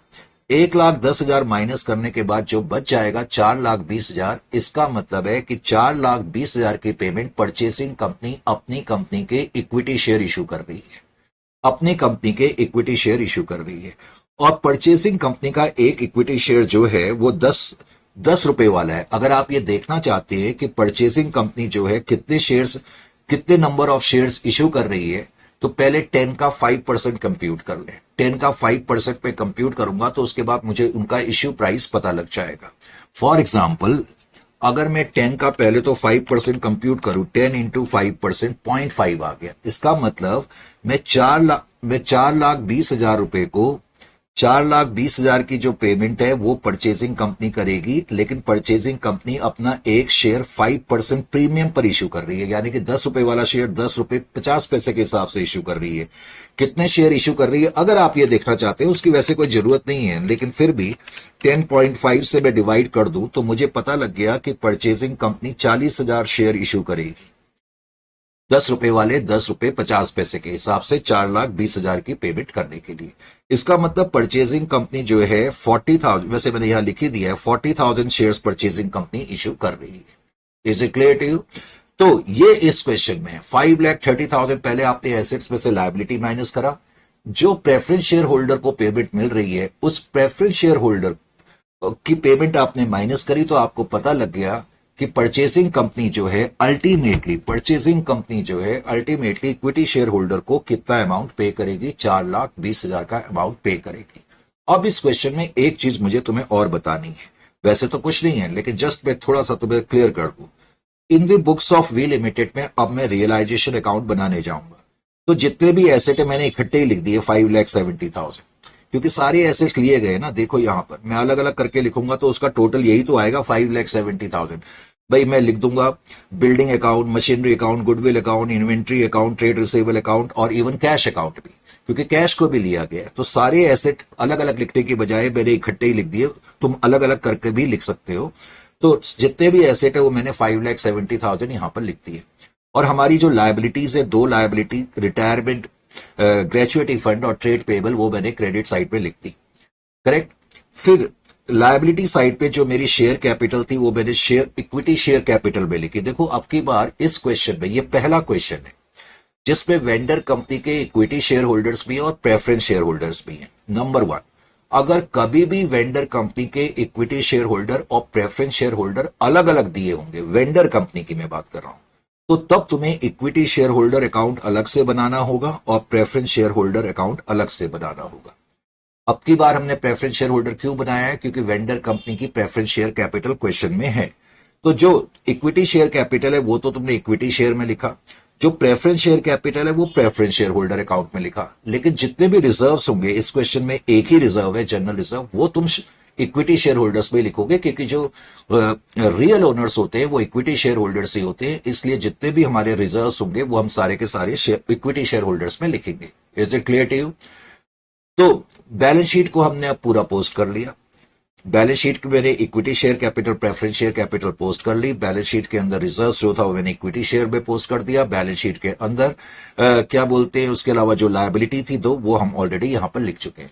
अब उसके बाद हम क्या करते हैं, जब हमारी सारी पोस्टिंग्स हो जाती हैं एसेट की और लायबिलिटी की, तो हम परचेज कंसिडरेशन का काम करते हैं। तो सबसे पहले तो मैं लिखूंगा बाई एच लिमिटेड, जो कि परचेजिंग कंपनी का नाम है, बाई एच लिमिटेड, ब्रैकेट में आप परचेज कंसिडरेशन लिख सकते हो। तो परचेज कंसिडरेशन 5,30,000 हमने कंप्यूट करा था। करेक्ट। अब ये 5,30,000 तुम एक परचेसिंग कंपनी का अकाउंट बनाओ। अगर वो मैंने थोड़ा नीचे की तरफ बनाया है, तो परचेसिंग कंपनी के अकाउंट की डेबिट साइड पे मैंने क्रॉस एंट्री करी टू रियलाइजेशन 5,30,000। अब मैं परचेसिंग कंपनी से पेमेंट रिसीव करूंगा। 9% मेरे को क्या मिल रहा है, प्रेफरेंस शेयर मिल रहा है। 4,20,000 मुझे क्या मिल रहा है, इक्विटी शेयर्स मिल रहा है। जैसी पेमेंट मिलेगी ये अकाउंट तो हो जाएगा खत्म, इस अकाउंट से मुझे लेना देना नहीं है। लेकिन पॉइंट ये है कि मुझे अब की बार कुछ भी कैश में नहीं मिल रहा। अब मैंने आपको इससे पहले के जितने भी क्वेश्चन थे उसमें मैंने आपको यह कहा था कि कैश को छोड़ करके किसी भी रूप में पेमेंट मिले उसको आप शेयर होल्डर्स अकाउंट में पोस्ट कर देना। वो इसलिए कहा था क्योंकि इससे पहले जितने भी क्वेश्चन थे उसमें वेंडर कंपनी की सिर्फ शेयर होल्डर दिए हुए थे, उसमें कोई equity share holder, preference share holder अलग अलग करके नहीं दिए थे। लेकिन इस क्वेश्चन में वेंडर कंपनी के इक्विटी शेयर होल्डर भी है और प्रेफरेंस शेयर होल्डर भी है। तो यहां तुम्हें क्या ख्याल करना पड़ेगा, ये जो परचेसिंग कंपनी 9% प्रेफरेंस शेयर दे रही है, इसमें से प्रेफरेंस शेयर होल्डर को कितने मिल रहे हैं पहले तो ये देखो। तो ये 9% प्रेफरेंस शेयर जो है वो प्रेफरेंस शेयर होल्डर को मिल रहे हैं, इसलिए मैंने इसकी posting preference share holder account में यहां पर कर दी। Is it clear to you? ये जो मुझे अमाउंट मिला प्रेफरेंस शेयर्स में वो मैंने प्रेफरेंस शेयर होल्डर्स में लिखा, और जो इक्विटी शेयर्स मिले हैं वो इक्विटी शेयर होल्डर्स को मिले हैं, तो इसलिए इक्विटी शेयर होल्डर के अकाउंट की डेबिट साइड में हमने लिख दिया to equity shares of H limited. अब इसका काम भी पूरा हो गया। इस क्वेश्चन पे कोई भी ऐसा एसेट नहीं है जिसको लिया गया है, या कोई भी ऐसी लायबिलिटी नहीं है जिसको हमने पे करना है, और तो कुछ नहीं है इस क्वेश्चन में। क्या लिक्विडेशन एक्सपेंसेस के बारे में कोई इंफॉर्मेशन थी, वो भी नहीं है। तो अब वक्त है कि मुझे टैली करना पड़े। सबसे पहले तो परचेसिंग कंपनी का अकाउंट टैली होता है, वो हम टैली करते हैं। दूसरे नंबर पे वैसे तो हम रियलाइजेशन अकाउंट टैली करते हैं, लेकिन अब देखो यहां पर परचेसिंग कंपनी का अकाउंट नंबर 1 पे हम टैली कर चुके हैं, ये तो ऑटोमेटिकली टैली हो जाता है। अगर कभी वेंडर कंपनी के प्रेफरेंस शेयर होल्डर हैं और वेंडर कंपनी के प्रेफरेंस शेयर होल्डर हैं तो प्रेफरेंस शेयर होल्डर अकाउंट बनाना पड़ेगा। करेक्ट। और प्रेफरेंस शेयर होल्डर अकाउंट जब तुम बनाओगे तो नंबर 2 पे उसको क्लोज करना होगा। अगर आपने यहां ये गलती कर दी तो फिर आपका सॉल्यूशन गलत हो जाएगा। कभी भी वेंडर कंपनी का प्रेफरेंस शेयर होल्डर अकाउंट बनाना पड़े, पहले तो कब बनाना पड़ेगा? जब वेंडर कंपनी के प्रेफरेंस शेयर्स होंगे। Is it clear to you? अगर वेंडर कंपनी के प्रेफरेंस शेयर है तो वेंडर कंपनी का प्रेफरेंस शेयर होल्डर अकाउंट आपने बनाया। अब इसको मैं टैली करूंगा। इसको टैली करके जो भी बैलेंसिंग फिगर आएगी वो आप कहां ले जाओगे? रियलाइजेशन अकाउंट पे ले जाओगे। अब इस क्वेश्चन में वैसे तो कोई बैलेंसिंग फिगर आई नहीं, क्योंकि क्रेडिट साइड का टोटल भी जो है, अच्छा नहीं, क्रेडिट साइड का 1 लाख और यहां 1,10,000 है, तो बैलेंसिंग फिगर 10,000 रुपए की है। तो ये जो 10,000 रुपए की बैलेंसिंग फिगर है, इसको मैं रियलाइजेशन अकाउंट में ले जाऊंगा। Is it clear to you? Basically ये एक तरीके का इस केस में लॉस माना जाएगा। क्यों माना जाएगा? क्योंकि हम सब चीज वेंडर कंपनी के एंगल से देख रहे हैं। अभी तो हम वेंडर कंपनी के बुक्स में हैं। वेंडर कंपनी ने अपने प्रेफरेंस शेयर होल्डर को 1 लाख रुपए देने थे, लेकिन प्रेफरेंस शेयर होल्डर को कितना अमाउंट दिया गया? 1,10,000 दिया गया। तो इसलिए ये 10,000 रुपए का नुकसान है। याद रखें कि प्रेफरेंस शेयर होल्डर अकाउंट में कहीं भी बैलेंसिंग फिगर आए, चाहे इधर की तरफ चाहे इधर की तरफ, चाहे इधर की तरफ आए चाहे इधर की तरफ आए, बैलेंसिंग फिगर उसको आप रियलाइजेशन अकाउंट में ले जाएंगे। Is it clear to you? तो ये जो 10,000 रुपीज बैलेंसिंग फिगर आई, इस बैलेंसिंग फिगर को मैं यहां पर लिखूंगा to preference share holder account 10,000। बात समझ में आ गई? हमने क्यों लिखा? वैसे ये लॉस क्यों है? क्योंकि हम प्रेफरेंस शेयर होल्डर को 1 लाख की बजाय 1,10,000 पे कर रहे हैं, प्रीमियम पे कर रहे हैं, इसलिए 10,000 का नुकसान है। तो टू प्रेफरेंस शेयर होल्डर 10,000 मैंने लिखा। ये फिगर कैसे आई ये आपको बहुत अच्छी तरह से अब मालूम हो जाना चाहिए। ये मैंने इस क्वेश्चन में एक मेन पॉइंट आपको बताना था। उसके बाद मैं रियलाइजेशन अकाउंट को टैली करूंगा तो 50,000 रुपए का प्रॉफिट है। प्रॉफिट इक्विटी शेयर होल्डर में चला जाएगा। इक्विटी शेयर होल्डर में आपने लिख लिया। इक्विटी शेयर होल्डर्स अकाउंट आपने बनाया। अगर क्वेश्चन में आपने कैश अकाउंट बनाया, इस क्वेश्चन में मुझे कैश अकाउंट बनाने की जरूरत नहीं पड़ी, क्योंकि कोई भी कैश में ट्रांजैक्शन ही नहीं थी। करेक्ट? कोई भी कैश, कुछ कैश मिला नहीं, किसी लायबिलिटी को हमें पे नहीं करना था, कोई लिक्विडेशन एक्सपेंसेस नहीं थे। वैसे आप कैश अकाउंट बनाओगे भी तो ब्लैंक ही मिले, ब्लैंक ही नजर आएगा। Is it clear to you? तो कैश अकाउंट है नहीं। अब मैं इक्विटी शेयर होल्डर को टैली करूंगा तो इक्विटी शेयर होल्डर अकाउंट 4,20,000 आ जाएगा। तो इस क्वेश्चन में मेन चीज ये थी, मुझे प्रेफरेंस शेयर होल्डर का पॉइंट तुम्हें बताना था। परचेसिंग कंपनी की बुक्स में कैसे एंट्री करेंगे? बहुत ही सिंपल सा काम है। कितने में बिजनेस परचेज करा? Business purchase to liquidator. ये amalgamation in the nature of purchase का केस है। फिर आपने जो जो एसेट्स लिए उन एसेट्स को आप लिख लो। यहां मैंने अलग अलग करके ही लिख दिए। गुडविल को आपने 50,000 पे लिया, बिल्डिंग को इतने पे लिया, मशीनरी को 160 पे लिया, इन्वेंट्री को 157,500 पे लिया, ट्रेड रिसेबल मैंने यहां 1 लाख लिखे हैं क्योंकि मैंने प्रोविजन यहां लिख दिया। वैसे आप चाहो तो सीधा 92,500 लिख सकते हो। करेक्ट? बैंक अकाउंट को भी हमने लिया है। फिर जो लायबिलिटी ली वो मैंने यहां पर लिख दिया, टू बिजनेस परचेज 530। ये ऑटोमेटिकली अपने आप टैली हो गया, कोई डिफरेंस नहीं आया। अब लिक्विडेटर को 5,30,000 पे करने। लिक्विडेटर को अब की बार जो पे करा जा रहा है 1,10,000 तो प्रेफरेंस शेयर के थ्रू करा जा रहा है। परचेसिंग कंपनी जो 1,10,000 की पेमेंट कर रही है, करेक्ट? क्वेश्चन में लिखा था कि परचेसिंग कंपनी अपनी कंपनी के जो शेयर्स इश्यू करेगी पार पे इश्यू करेगी, शायद यही लिखा था, मैं एक मिनट चेक कर लूं। तो क्वेश्चन में लिखा था 10% preference share holders are to be paid at 10% premium of 9% preference shares of H limited. यानी कि वेंडर कंपनी के प्रेफरेंस शेयर्स को हमने प्रीमियम पे करा है, लेकिन परचेजिंग कंपनी ने अपनी कंपनी के जो शेयर्स दिए हैं वो पार पे ही दिए हैं, क्योंकि लिखा नहीं है कि किस वैल्यू पे दिए हैं। तो परचेसिंग कंपनी का एक शेयर कितने का है? 100 रुपए का है। तो इसका मतलब मैं 1,10,000 को अगर 100 से डिवाइड करूं तो मैं निकाल सकता हूं कि मैंने कितने प्रेफरेंस शेयर इश्यू करे। मैंने कहा वैसे कोई जरूरत नहीं है, 1,100 शेयर इंटू 100, 1,10,000। फिर 4 लाख मैंने बताया था। ये जो 4 लाख है, ये पेमेंट करने के लिए आप नंबर ऑफ शेयर निकालेंगे तो कैसे निकालेंगे? 4,20,000 की पेमेंट आपने इक्विटी शेयर होल्डर को करनी थी, और आपने यानी कि परचेसिंग कंपनी ने अपनी कंपनी का शेयर 10 रुपए वाला 5% प्रीमियम पे करा। इसका मतलब 10.50 पे करा। भाई मैं 10 का 5% निकालूंगा तो 0.50 आएगा। तो इससे मुझे पता लग गया कि परचेसिंग कंपनी 40,000 शेयर देगी। तो इसीलिए मैंने यहां पर लिखा है equity share capital 40,000 into 10, 4 lakh, और 40,000 जो हम इक्विटी शेयर दे रहे हैं वो 0.5 प्रीमियम पर दे रहे हैं, इसलिए ये 20,000 है। तो इस तरह से आप ये एंट्री करेंगे। Is it clear to you? अब मान लो आपने बैलेंस शीट बनानी है। खैर, बैलेंस शीट के बारे में चलो ठीक है, आज के लिए इतना काफी है, क्योंकि अब नेक्स्ट क्वेश्चन से मैं तुम्हें बैलेंस शीट के बारे में बताऊंगा, तो वैसे मैं तुम्हें फिर तब डिटेल में बताऊंगा। वैसे बैलेंस शीट बनाना कोई मुश्किल नहीं है। बैलेंस शीट बनाने के लिए आपको क्या करना है, जस्ट मैं हल्का सा आइडिया दे दूं, एक बार आप ट्राई करना। जैसे इक्विटी शेयर कैपिटल हमारी 10 लाख की है। जब भी हम बैलेंस शीट बनाएंगे तो बैलेंस शीट बनाते वक्त हमने परचेसिंग कंपनी के बैलेंस शीट को देखना है एक तो। यानी कि जब भी बैलेंस शीट बनाई जाएगी तो आपने क्या ख्याल करना है, एक तो आपने balance sheet of purchasing company को ध्यान में रखना है, और दूसरा आपने परचेसिंग कंपनी की बुक्स में जो एंट्रीज करी है बस उसका ध्यान रखना है, और कुछ नहीं करना। 2 मिनट में आपकी बैलेंस शीट बन जाएगी। कैसे, मैं आपको ऐसे ही बता देता हूं। जैसे हमारी, अब इनको तो छोड़ ही दो, बैलेंस शीट बना रहे हैं तो मैंने कहा सिर्फ इस कंपनी का ख्याल करना है। 10 लाख की शेयर कैपिटल थी। अब मैं जरा एंट्रीज पे आता हूं। ये लीजिए जी, एंट्रीज मैंने परचेसिंग कंपनी की बुक्स में ये एंट्रीज करी है। अब मैं एंट्री में देखूंगा कि क्या मैंने कहीं इक्विटी शेयर कैपिटल लिखा है। मैंने लिखा है 4 लाख।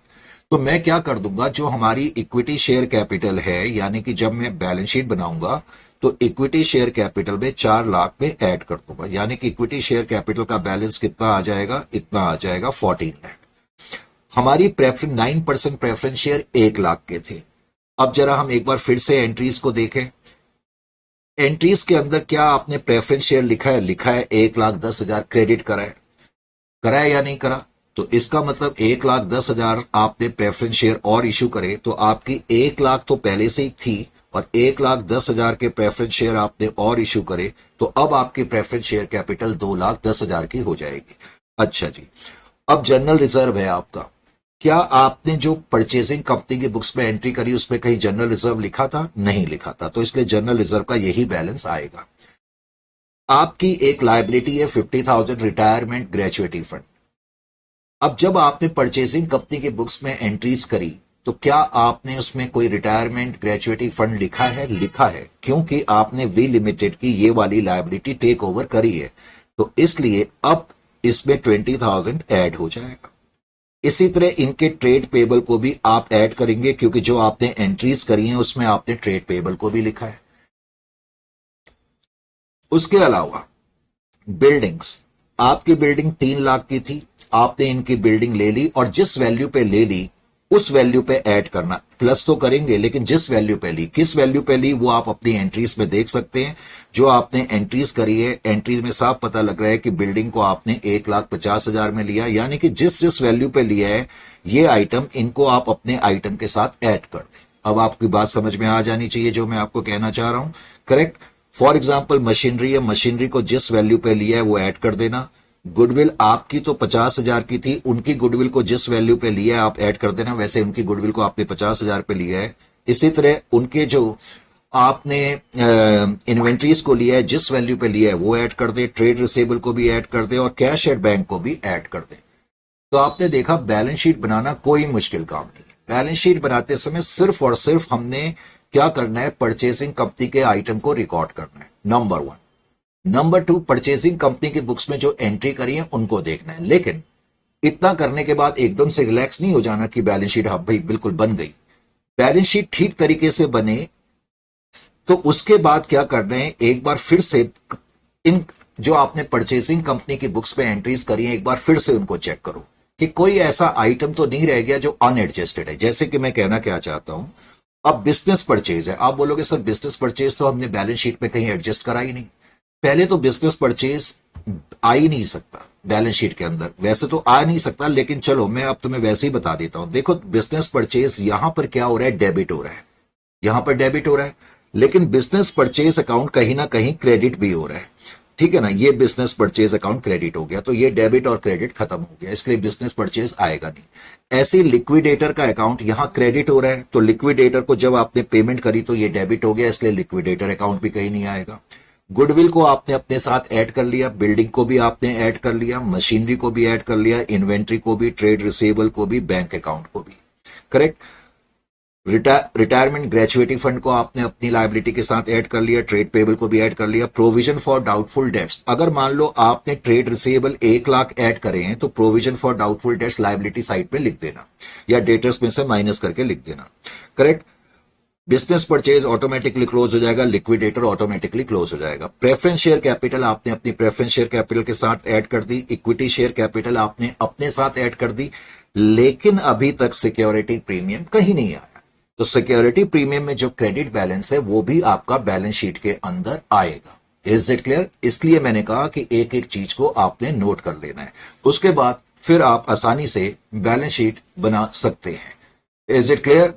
तो ठीक है, फिर नेक्स्ट सेशन में आपकी और मेरी मुलाकात होगी, तो नेक्स्ट सेशन में फिर हम चर्चा करेंगे। और वैसे मैंने ये बैलेंस शीट आपके लिए बना के रखी भी हुई है, आप यहां भी देख सकते हैं।